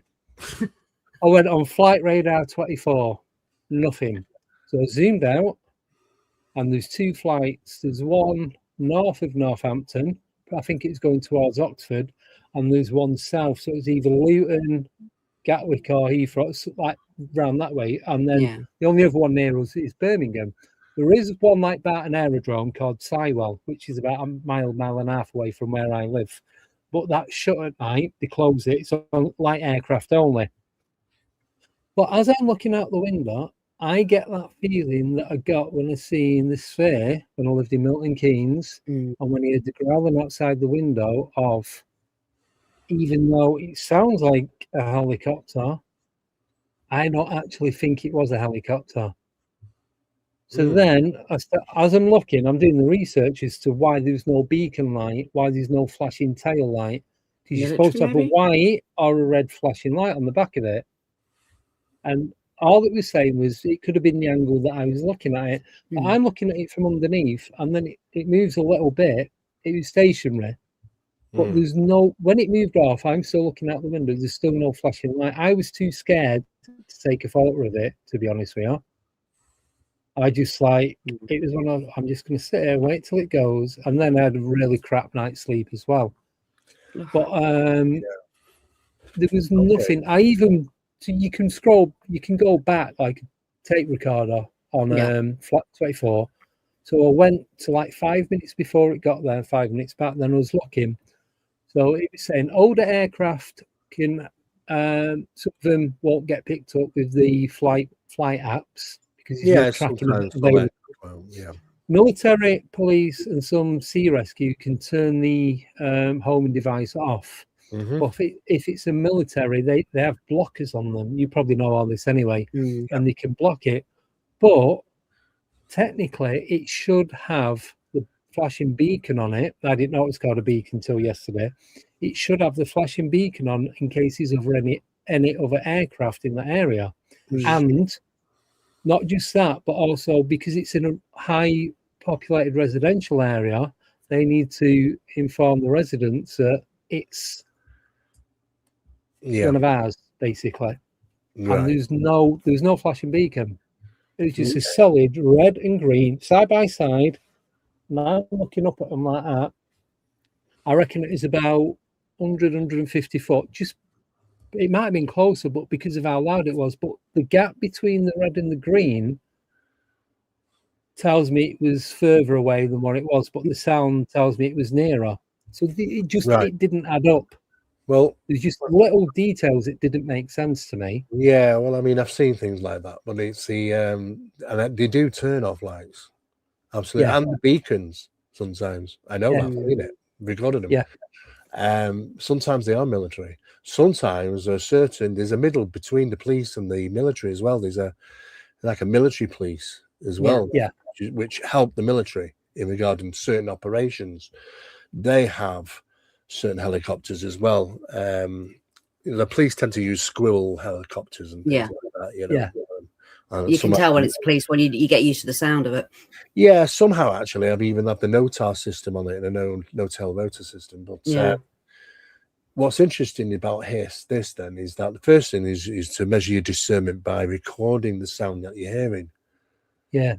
Did you record the sound? No. You see, the first thing is that, you know, with the phenomenon, listen, I how many times, you know this, Andy, right? How many times have we heard something and then you think, flipping it, did I really hear that? You know? And the thing is that if you know the phenomena can amplify and mess about with audio and I'm stuff. sat there with my phone in my hand. Just put the audio recorder on. If you don't want to take a picture. Phenomena can cause cognitive dissonance and cognitive limitation. Which means that the things that you're supposed to do, you might not act upon. Yeah. Yeah, I've had people with cameras in the take a photo. Yeah. You know. Yes. But that I would have been I kind of got that from it. But even though it's one of those again, it sounded like helicopters because Becky's like, that's loud. That's right above the house. And when I looked, it wasn't. It was further down. It was probably only about not even quarter of a mile away. But it was still, otherwise I wouldn't have been able to see it. I mean, I've there been are certain upside down weather hanging out the conditions that window. can cause it, but it's unusual. I mean, you get these little sound tunnel things where it's very directed wind, which is carrying it directly towards you, which causes the amplification of sound. Yes, I get that. All over water, which can carry because the sound waves bounce across the waves. Yeah. But on some circumstances, if there's something anomalous here, you need to prove what you're hearing, because you can't trust your ears and your partner can't trust their ears. You have to rely on a third party, which is not human, to see if it can be recorded. So the idea is to have done a video, maybe, and it's not so much the video; it's about the audio. Yeah. Right. Have you got Ring CCTV or anything like that around your house that would have captured it? Yeah, we've got a Ring doorbell on the front, but that it was doing the heading, so I've done it. It only activates when someone presses it. Oh, dude! Because the front of our house is a path, and everyone walks past. So every 2 minutes, it's going off, and the battery's gone in a week. Oh, I know. Don't. I've gone through all this. But set one up outside your bedroom window, looking down. Then, so an angle where you haven't got, so it's not for people watching. It's like phenomenon detection. So, Steve, Barton Aerodrome used to have an air show every year, and they have the helicopters that come in. So when they're coming into land, I delivered to Adam Brooks Hospital. They've got a helipad, and I've been there when the Medi helicopter's been coming in. That's 200 yards away from the entrance to this part of the hospital. Yeah. But it was as loud as that, it was a stone's throw away. This is it's really difficult. Weird. It's really, really difficult. I mean, you can have phenomena can amplify sound for sure. We know that. Yeah. But there are some very rare, and they are rare, sound tunnel effects, which is happening in environmental conditions. Well, that's what I was thinking. Could it be that? Because we've got a lot of trees at the back, but then behind that's just a road, just a road. And then there's housing estate, there's some fields, more trees, and then you've got the A43, the A45. Yeah. So it's a very built up residential. Hey, no, I don't need to be. You don't need to prove it to me. No, I'm just like, so you've got. I know these things. Hey, I've had it. It's the thing that you had a bad night and you couldn't sleep after that, because you've been doing this a long time, Andy. So something, a helicopter hovering and buzzing you is gonna cause you to have a sleepless night. There might be something to it. I mean, you've got to consider: was it even a helicopter? You might just because you're. Hey, I'm filming a craft in my back garden. Right, it's dart shaped, like an odd angled triangular dart shape. It's got 5 lights on it. Right, it's low. It's only about maybe 80 foot. Yeah, I'm filming it, and somebody else is filming it next to me. Yeah, can't film it. All we filmed was a ball of fire, but we can see a craft. Yeah. Right, so we know that just because you might be seeing a red and green light in the sky. Doesn't necessarily mean that's what it is. It might make it itself look like that, but it isn't. And even to the point where generating this sound, in some cases, UAP have even pinged the actual ping address of a 767. Well, this is the other thing. So, wow. Because I think they do mimic sometimes. They mimic aircraft. You can overlook all the back gardens, and they're all nosy around there. Don't care. I'm one of them. So you need something going on outside, you're there. No one was out in the back garden having a look. Everyone's got lights, the solar lights and all that across the backyards, and nobody else was out. And I literally got my head out the window, and it's like, even though I was saying before, so the noise of the helicopter, it's straight away, I know what a helicopter sounds like, I know what Spitfire sounds like, I know what a B-52. There's certain aircraft that I know the sound of because you've heard it so many times. We've had them all this weekend at the air show in Torbay, so Well, we have Spitfires and we have the Red Arrows practice here every other Friday. You get used to certain sounds. You do. Smaller jets, so you get to know what the biplanes. There's loads of them about at the minute. You don't even have to look up to know what it is.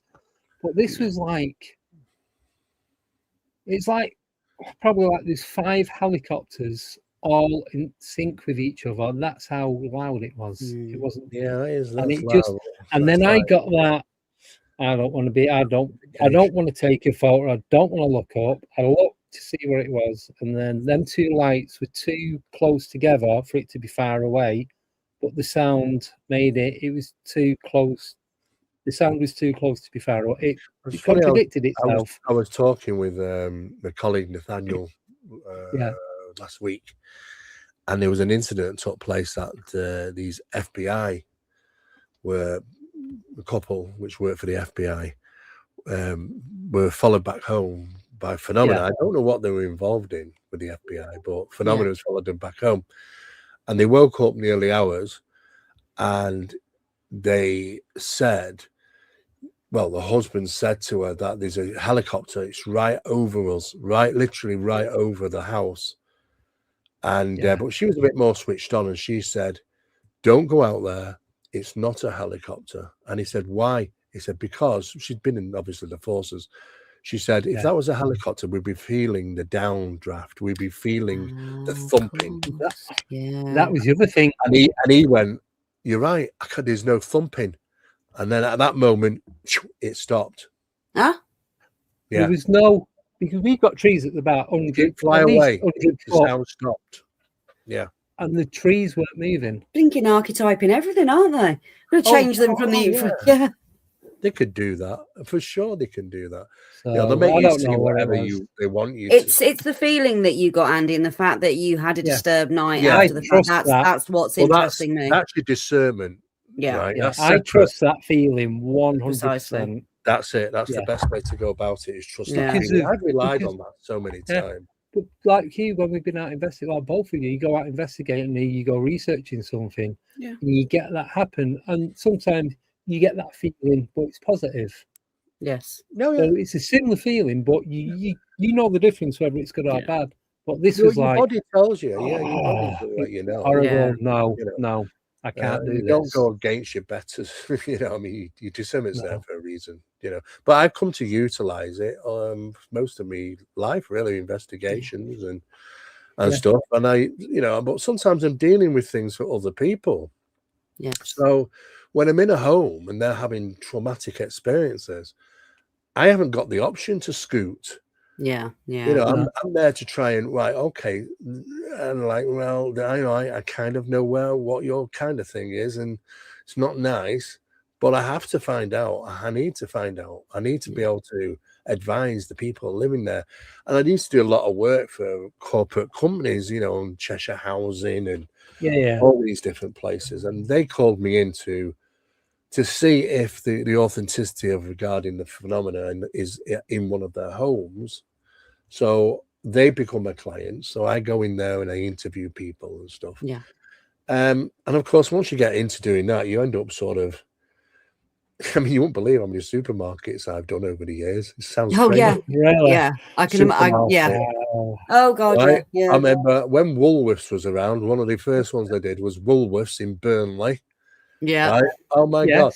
Well, you know what? It was really weird because the associate of mine, a friend of mine who was also an investigator, was working there, and there was his photographs taken, and there was something on the photograph, and this is on a disposable camera. Ones you buy and you dispose of. Yeah. And it looked really weird, as if something was on the ceiling. So what I did is I looked at it and I thought, what is all that strange light coming in from the window? He said, I'm not sure. I didn't see that at the time. He said, well, what was the photograph for? He says, well, they had a sign in the window and it was opening on a Sunday for the first time, half day or whatever. Yeah. So he had to take a photograph to send it to the area manager. I said, well, that's a bit weird. I know what all that extra light phenomena is, but there's definitely something up there on the ceiling. And it was only when I turned it upside down, it actually looked like a figure. And I thought, what the hell? And I said, have you got any things going on there? And he said, yeah, actually, we have. So, of course, I was, there was photographs and things taken in the environment there and stuff. Yeah. And there were lots of stuff, light phenomena, black shapes, all sorts of things, even small light phenomena and stuff, just being caught on the cameras. Yeah. And I realized there was a history to the place and the possible death, which we didn't know at the time. But when you investigate in a supermarket, you think, oh, it's just a one-off. It wasn't. But some of them were always, I mean, like I said to you last time I did Booth Supermarket, no relation, of course. But that was all the tills and everything was going mad and whistling was going on. And this cheese plant on the top, they had quite posh actually. It had all these plants on the top, but it was only one real one. All of them were fake except for one cheese plant. It was massive in this massive big container. It was found on the floor, dragged up and down the aisles. Yeah, you could have thought it needed 4 people to take it down. I was going to say, they're massive. And then this whistling noise. Anyway, it turned out that unfortunately, Booth's supermarket in Knutsford was built over the old gallows. And there you go. The whistling could have been, like somebody who was a key holder or jail or whatever. But that kind of made sense. But the tills were going mad all the time. It was crazy, and it was actually leaked by the staff because Mr. Booth called me in and said, "I'm not happy." I said, "Why?" He said, "Because it's got out to the press and the Knutsford Guardian, his newspapers, picked it up and got all this in it." So it wasn't us. It wasn't us. It was his own staff. So what can you do? You did it when I used to work at Sainsbury's, when I was studying at night, and the night shift that used to replenish the stores overnight or work in the warehouse, they'd have some stories. Or if you were just, in the corridors or just out and about, or even like a certain shelf, something would always fall over. You'd be constantly doing clear up on aisle 3, basically. All over the place. I did do a Sainsbury's actually, one in Kent. And this was different because it's an interesting story. I got called to the case by the assistant manager because this had been doing their heads in for a while. Yeah. There's one particular place in the car park spaces, where every now and again, and only in this particular spot, somebody comes and drives in and they hit something. Hit someone's car. Yeah. Yeah. Right. But there's nothing there in front of them. And you can see the damage to the car. It's like, well, we've hit something, but you see the dent or the broken headlight, and there's nothing there. Well, this happened a few times to the point where they realized it's happening in the same spot. So they reached out and they asked me to go in. So, of course, I went down to Kent. And what do like anybody was doing? I went and parked my car in and out of that damn parking space all day long, backwards and forwards, backwards and forwards. Nothing happened. So I got to interview the people, and they showed me the photographs of the vehicles, nice vehicles. One was a kind of a silver BMW, another one was like a red Renault, and there was a few of these, and I could see the damage on the vehicle. I said, well, explain the situation. I said, well, we'll just park it up, and all of a sudden, bang, we hit something, and it was like no movement to it. It was solid. I got out. I'm thinking, what have I hit? Have I hit some type of barrier, post or something? There's nothing there. But clearly you can see the damage. Now, the damage was to the side of the vehicle. Well, not the side of the vehicle, the front side, where the lights are, the headlight and bumper corner area.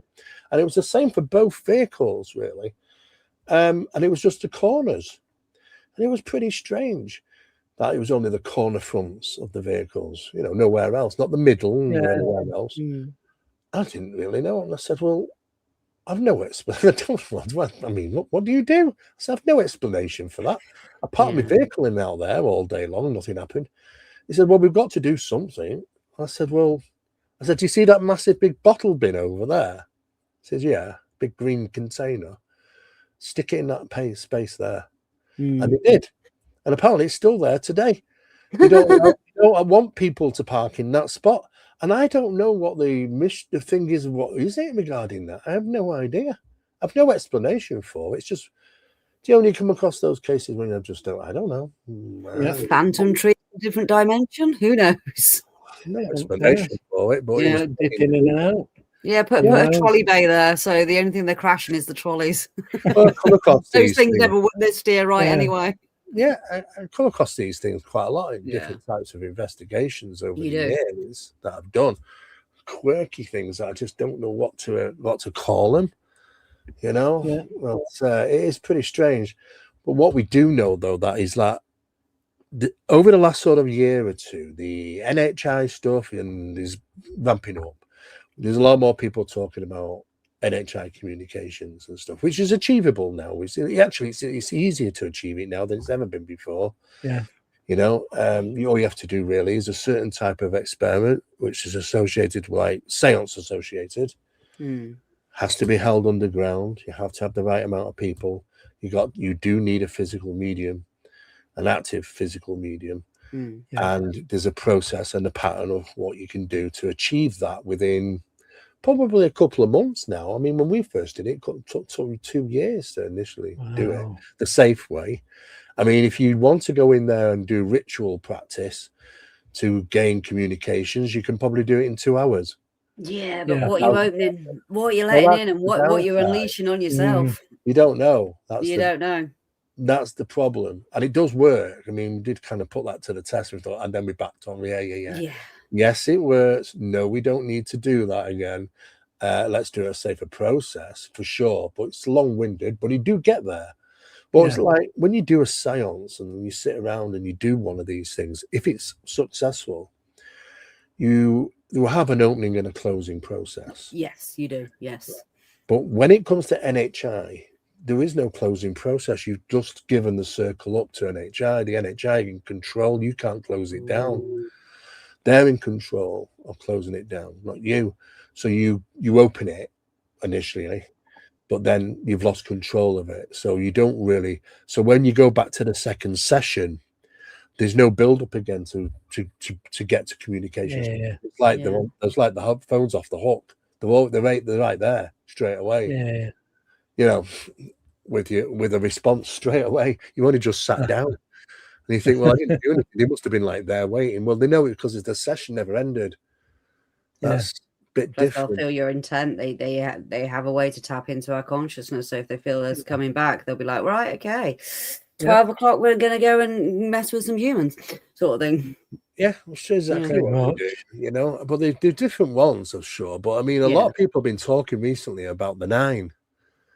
The 9 turned up in the skull experiments as well with the same thing, the Council of 9. You know, though that there was a working party, Spirit 13, there was the 9 they can refer to as the 9. And these are the NHI, or the NHI responsible for the communication pathway, at least. But the 9 keep turning up in history over and over, you know, in Puterich's experiments, the Lab 9 experiments. Gene Roddenberry is associated to that practice, which is interesting because they believed, Puterich referenced that the communications were happening with what they were referred to as some type of galactic federation.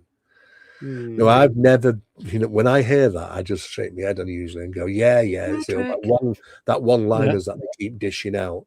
But I did find it quite comical that Gene Roddenberry was there and they're part of those experiments and stuff. And then he creates Star Trek, and he creates the Federation of Planets and Star Trek Federation of Planets, doesn't he? And I thought to myself, that's very interestingly similar. You know, I just thought he got the idea from that. To be honest. What you know, right? What you know. I mean, how does this figure into the whole Tulpa or the Phillips experiment?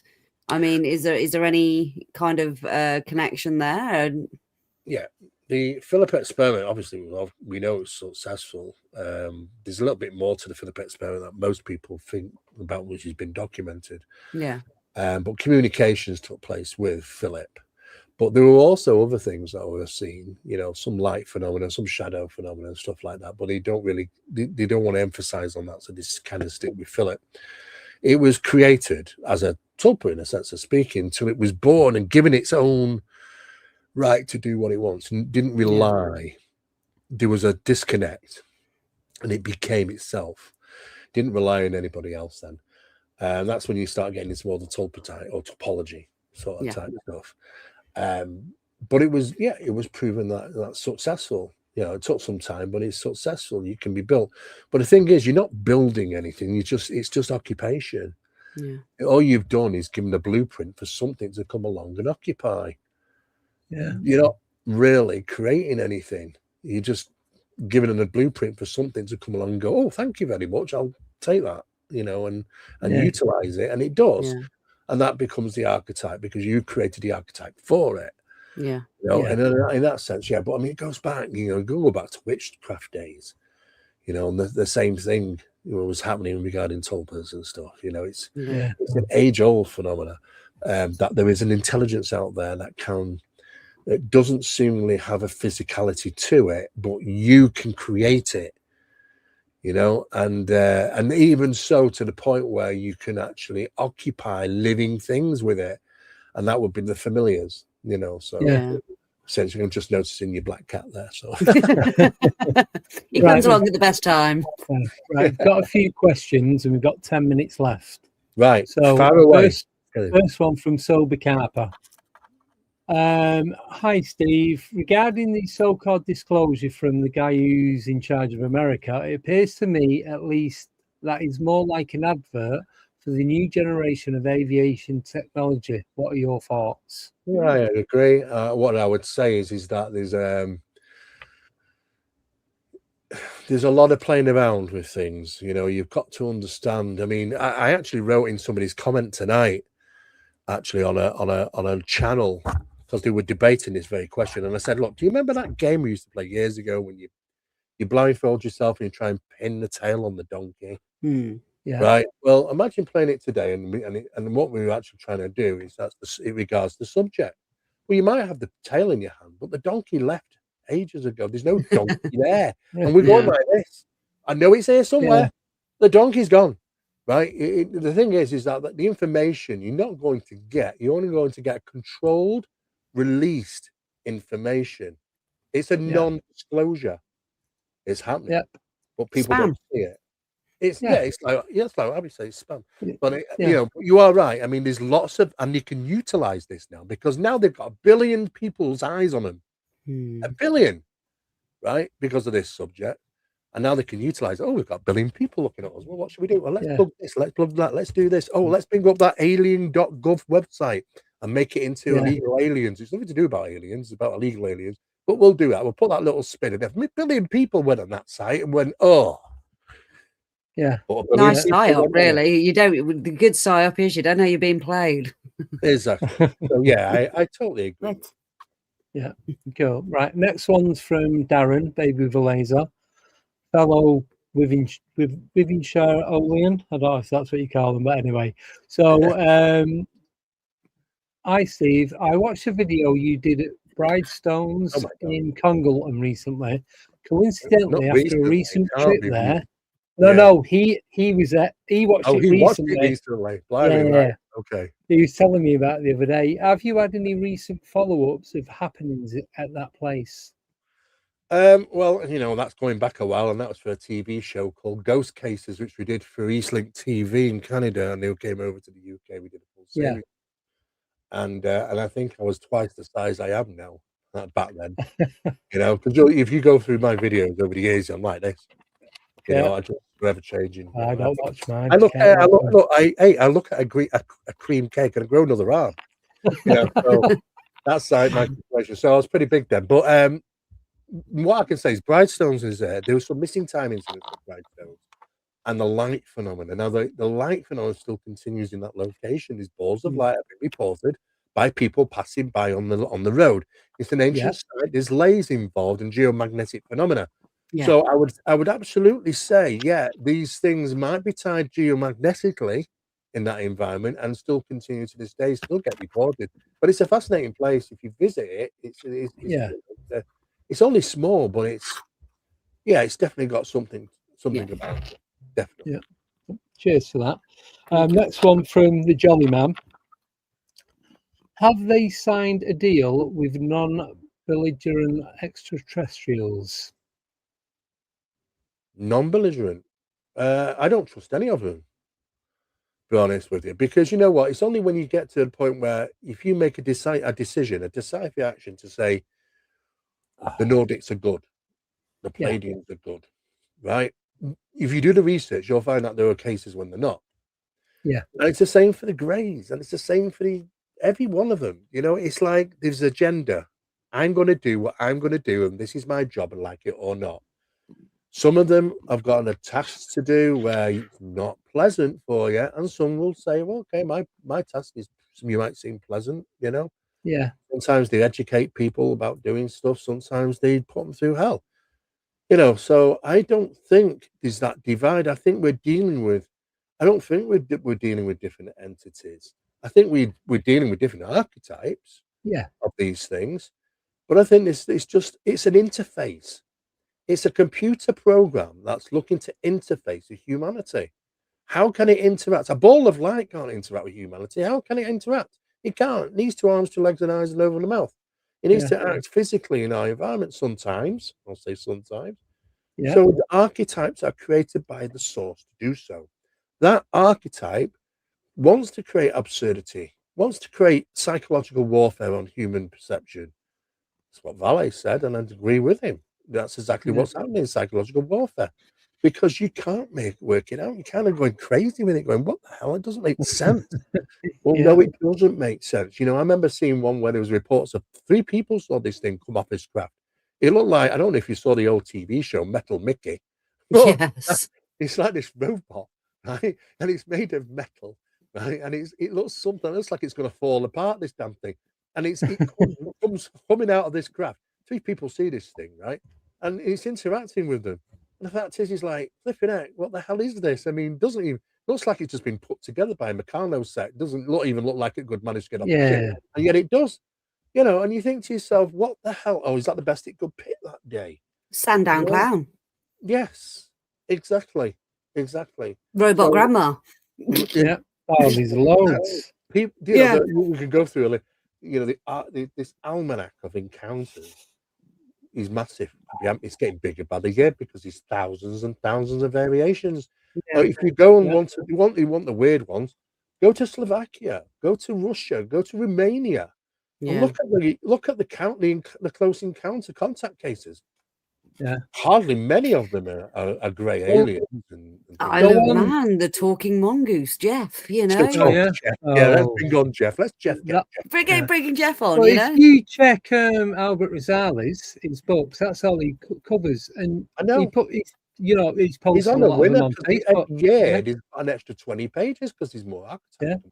But he's shown me the data that he's got, the page he's got. I haven't got time to put them in a book. Yeah. It just goes on forever because the archetype. It's like non-stop. Yeah. Do you think they do this absurd archetype, like, you know, Sandown Clown, Robot Grandma, that sort of thing? So when people do have these experiences, and, you know, if they do actually tell anybody, that they just are met with that ridicule, because it's just like, I'm Sam, I'm multicolored, I have triangle eyes, and all the rest. Lock down. It's so you can't lock it down into any mechanism, any particular pattern, anything. You know, because everything is about being clandestine. We don't know where they come from. We don't know how to retaliate to them. We don't know where they are to retaliate. We know every other place on the planet, but we don't know where their home is. You know, so this is all this clandestine stuff. You'll never see our true face. You know, our crafts are so multiple that we can change them to be whatever we want to be. It's part and parcel of the phenomena. Maybe it is the Fae after all. Way of interfacing. Yeah. It's crazy. Right. Right. Last question, because we've not got time for both, but I can save the others for next time you come on, if that's okay. Yeah, I'd love to get you back on, Steve. Absolutely. So this is from Og. Is it? Yeah. What are Steve's thoughts on the Spielberg disclosure? Oh, well, I'm booked in to see it. It's on the 8th. We get it 2 days earlier than the US, right? They get it on the 12th. We get it on the 10th. I'm booked in for the first showing at the View Cinema in Bolton on Wednesday, the 10th. I'm going to be seeing the Reebok. Yes. And I'll be there to see it. And I will give my reviews after we've seen it. I'm not even looking at the trailers because I don't want to spoil it. But you can't help it. I mean, I can't help come across the little things saying Spielberg is saying, like, there's a lot of truths to this. And from what I'm hearing, he's brought it right up to the current, what the phenomenon is presenting itself now. He's brought it right up. You know, interesting to see. Yeah. Well, I'm going to be watching the Bob Lazar S4 documentary. Oh yeah, I saw that. Yes. I've got Luigi coming on in a couple of weeks. Brilliant. So so I'm going to be chatting to him. So I have to watch it now. I mean, I've got to watch it anyway, but now I've got to watch it. Yeah. So it's actually quite an interesting documentary. Yeah. I enjoyed it. Yeah, so I even watched Jerry Corbell's new one, which he's just put out, and I don't know what to take with that one, to be honest with you. I mean, look, come on. I mean, Jerry's been, how long has Jerry been at this now? 15 years? It's got to be something. That'll be about maybe 15 years, and I think to myself, God, I've never seen anybody that excited in 15 years. When you get to 40, I'm sure it sort of starts going downwards. You know what I mean? No, but we'll see. We'll see how long it carries on. But it was okay. Yeah. It was interesting. It was interesting. Cool. Right. Well, thank you again, Steve, for coming on. Absolute pleasure as always. Absolutely amazing. I'll stay in touch, guys. I've still got so much work earlier, but always welcome. I've kept slots open for you, so if you want to do regular and what have you. Yeah, well, just send me dates over so I can lock them into diary. Yeah, I'll send you some over, and if we get a couple booked in, then I won't double book or anything like that. Brilliant. All right, guys. Yeah, no problem. Well, it's good to thanks again. Yeah, and I'll great as always. Yeah, and enjoy some of the cool weather while we've got it before it heats up again overnight. I'm glad of it. Tell me about it. Talk to you soon, guys. Cheers, Steve. See you later, mate. Bye-bye. See you later. Bye-bye. Bye. Right, that's it. We are done. So thank you, everyone. Thank you. Yes, we have hit the 3,000 subscriber mark. We have. We are at 3,200 and some ridiculous. And climbing. Yes, so thank you, Shelley, and thank you, Og, for donating. Really do appreciate it. Thank you for all your questions. Sorry we couldn't get through them all. We have got a couple more lined up for when he comes on again. Yes, so it's we all will good. Save them. Yes, we are all back on Wednesday. Myself, Abby, Nicole, and David. We don't have anything on Friday. I'm actually doing, Festival of the Unexplained about the workshops and that. Oh yeah, starting this Friday. I'm back next Friday with Luigi Vella. I can't pronounce his surname. No, don't ask me to. I will butcher it more than you do. So there's just it's just me and him. So on Fridays going forward, it's going to be me and the guest. Yeah, because everyone else has got their own shows going on. So it's not going to be every Friday. It's going to be a couple of weeks between each one, and so on and so on. So that's it. But yeah, just want to say thank you to everyone. The channel is now growing and picking up, and we're getting there, and we appreciate it. Everyone, I just keep thinking Mario and Luigi, and I know it's not that. I know we're glad to see Og back as well. We were worried we'd did a bit of a Bermuda Triangle incident there, so we're glad to see you back, Og. Yes, do appreciate it. Not that Stephen and Darren weren't doing a good enough job, but we needed someone to keep them both in line. Yeah, so that's it. So like I said, we're back on Friday where we do reality check, and we are going to start kind of dipping back into the paranormal a little bit, but not too much, just because of the connection of all of it. So 3,211 in counting. It is ridiculous. It's good, but ridiculous good. And that's it. So join us on Wednesday at 8 p.m. Oh, when do ones on Friday? They're going to be at 7 p.m. unless otherwise stated. Right. Yeah. So unless there's an American guest. No, even if it's American, they've just got to get up dead early. So, that's it.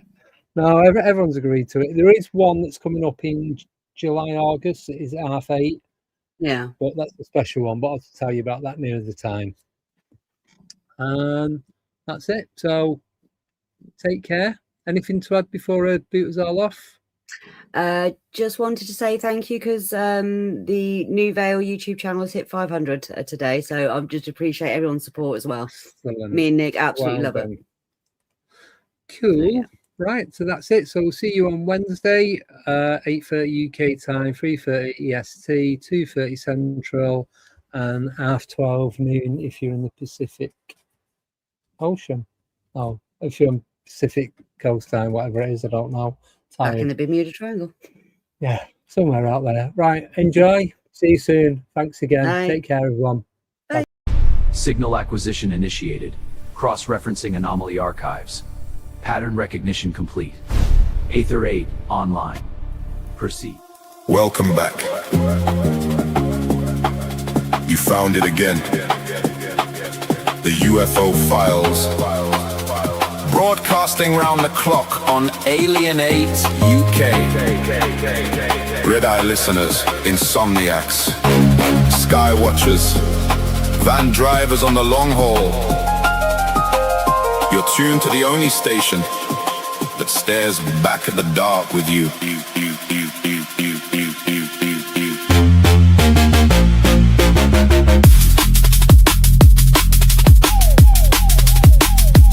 24 hours, we circle the same old questions. Lights over the north, shadows over the south. Phone lines open, headphones on, blinds half drawn. I got case notes spread like takeaway menus. Highlighters bleeding through until sunrise. Coordinates scribbled on coffee stained napkins from a truck stop somewhere near the East Coast. We don't do jump scares here, we do the long stare out the window at 3:33 a.m. when the estate's asleep and the sky feels too crowded. You call in with that voice, half whisper, half there. First time chatter, long time watcher, and the hairs rise on every neck in frequency range. Maybe it's satellites, maybe it's stories we tell, so we're not alone in these flickering terraces and rented rooms. Either way, keep your dial right here. This is the UFO Files. Alienate UK. All night, every night.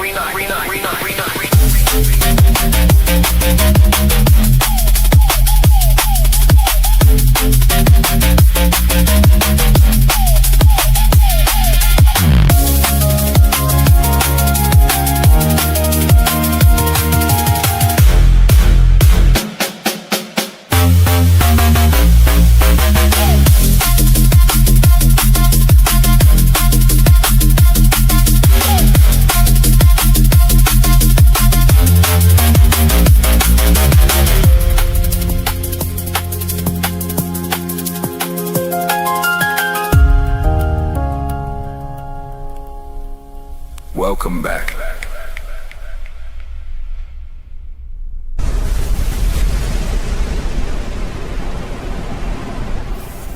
Alien 8 UK.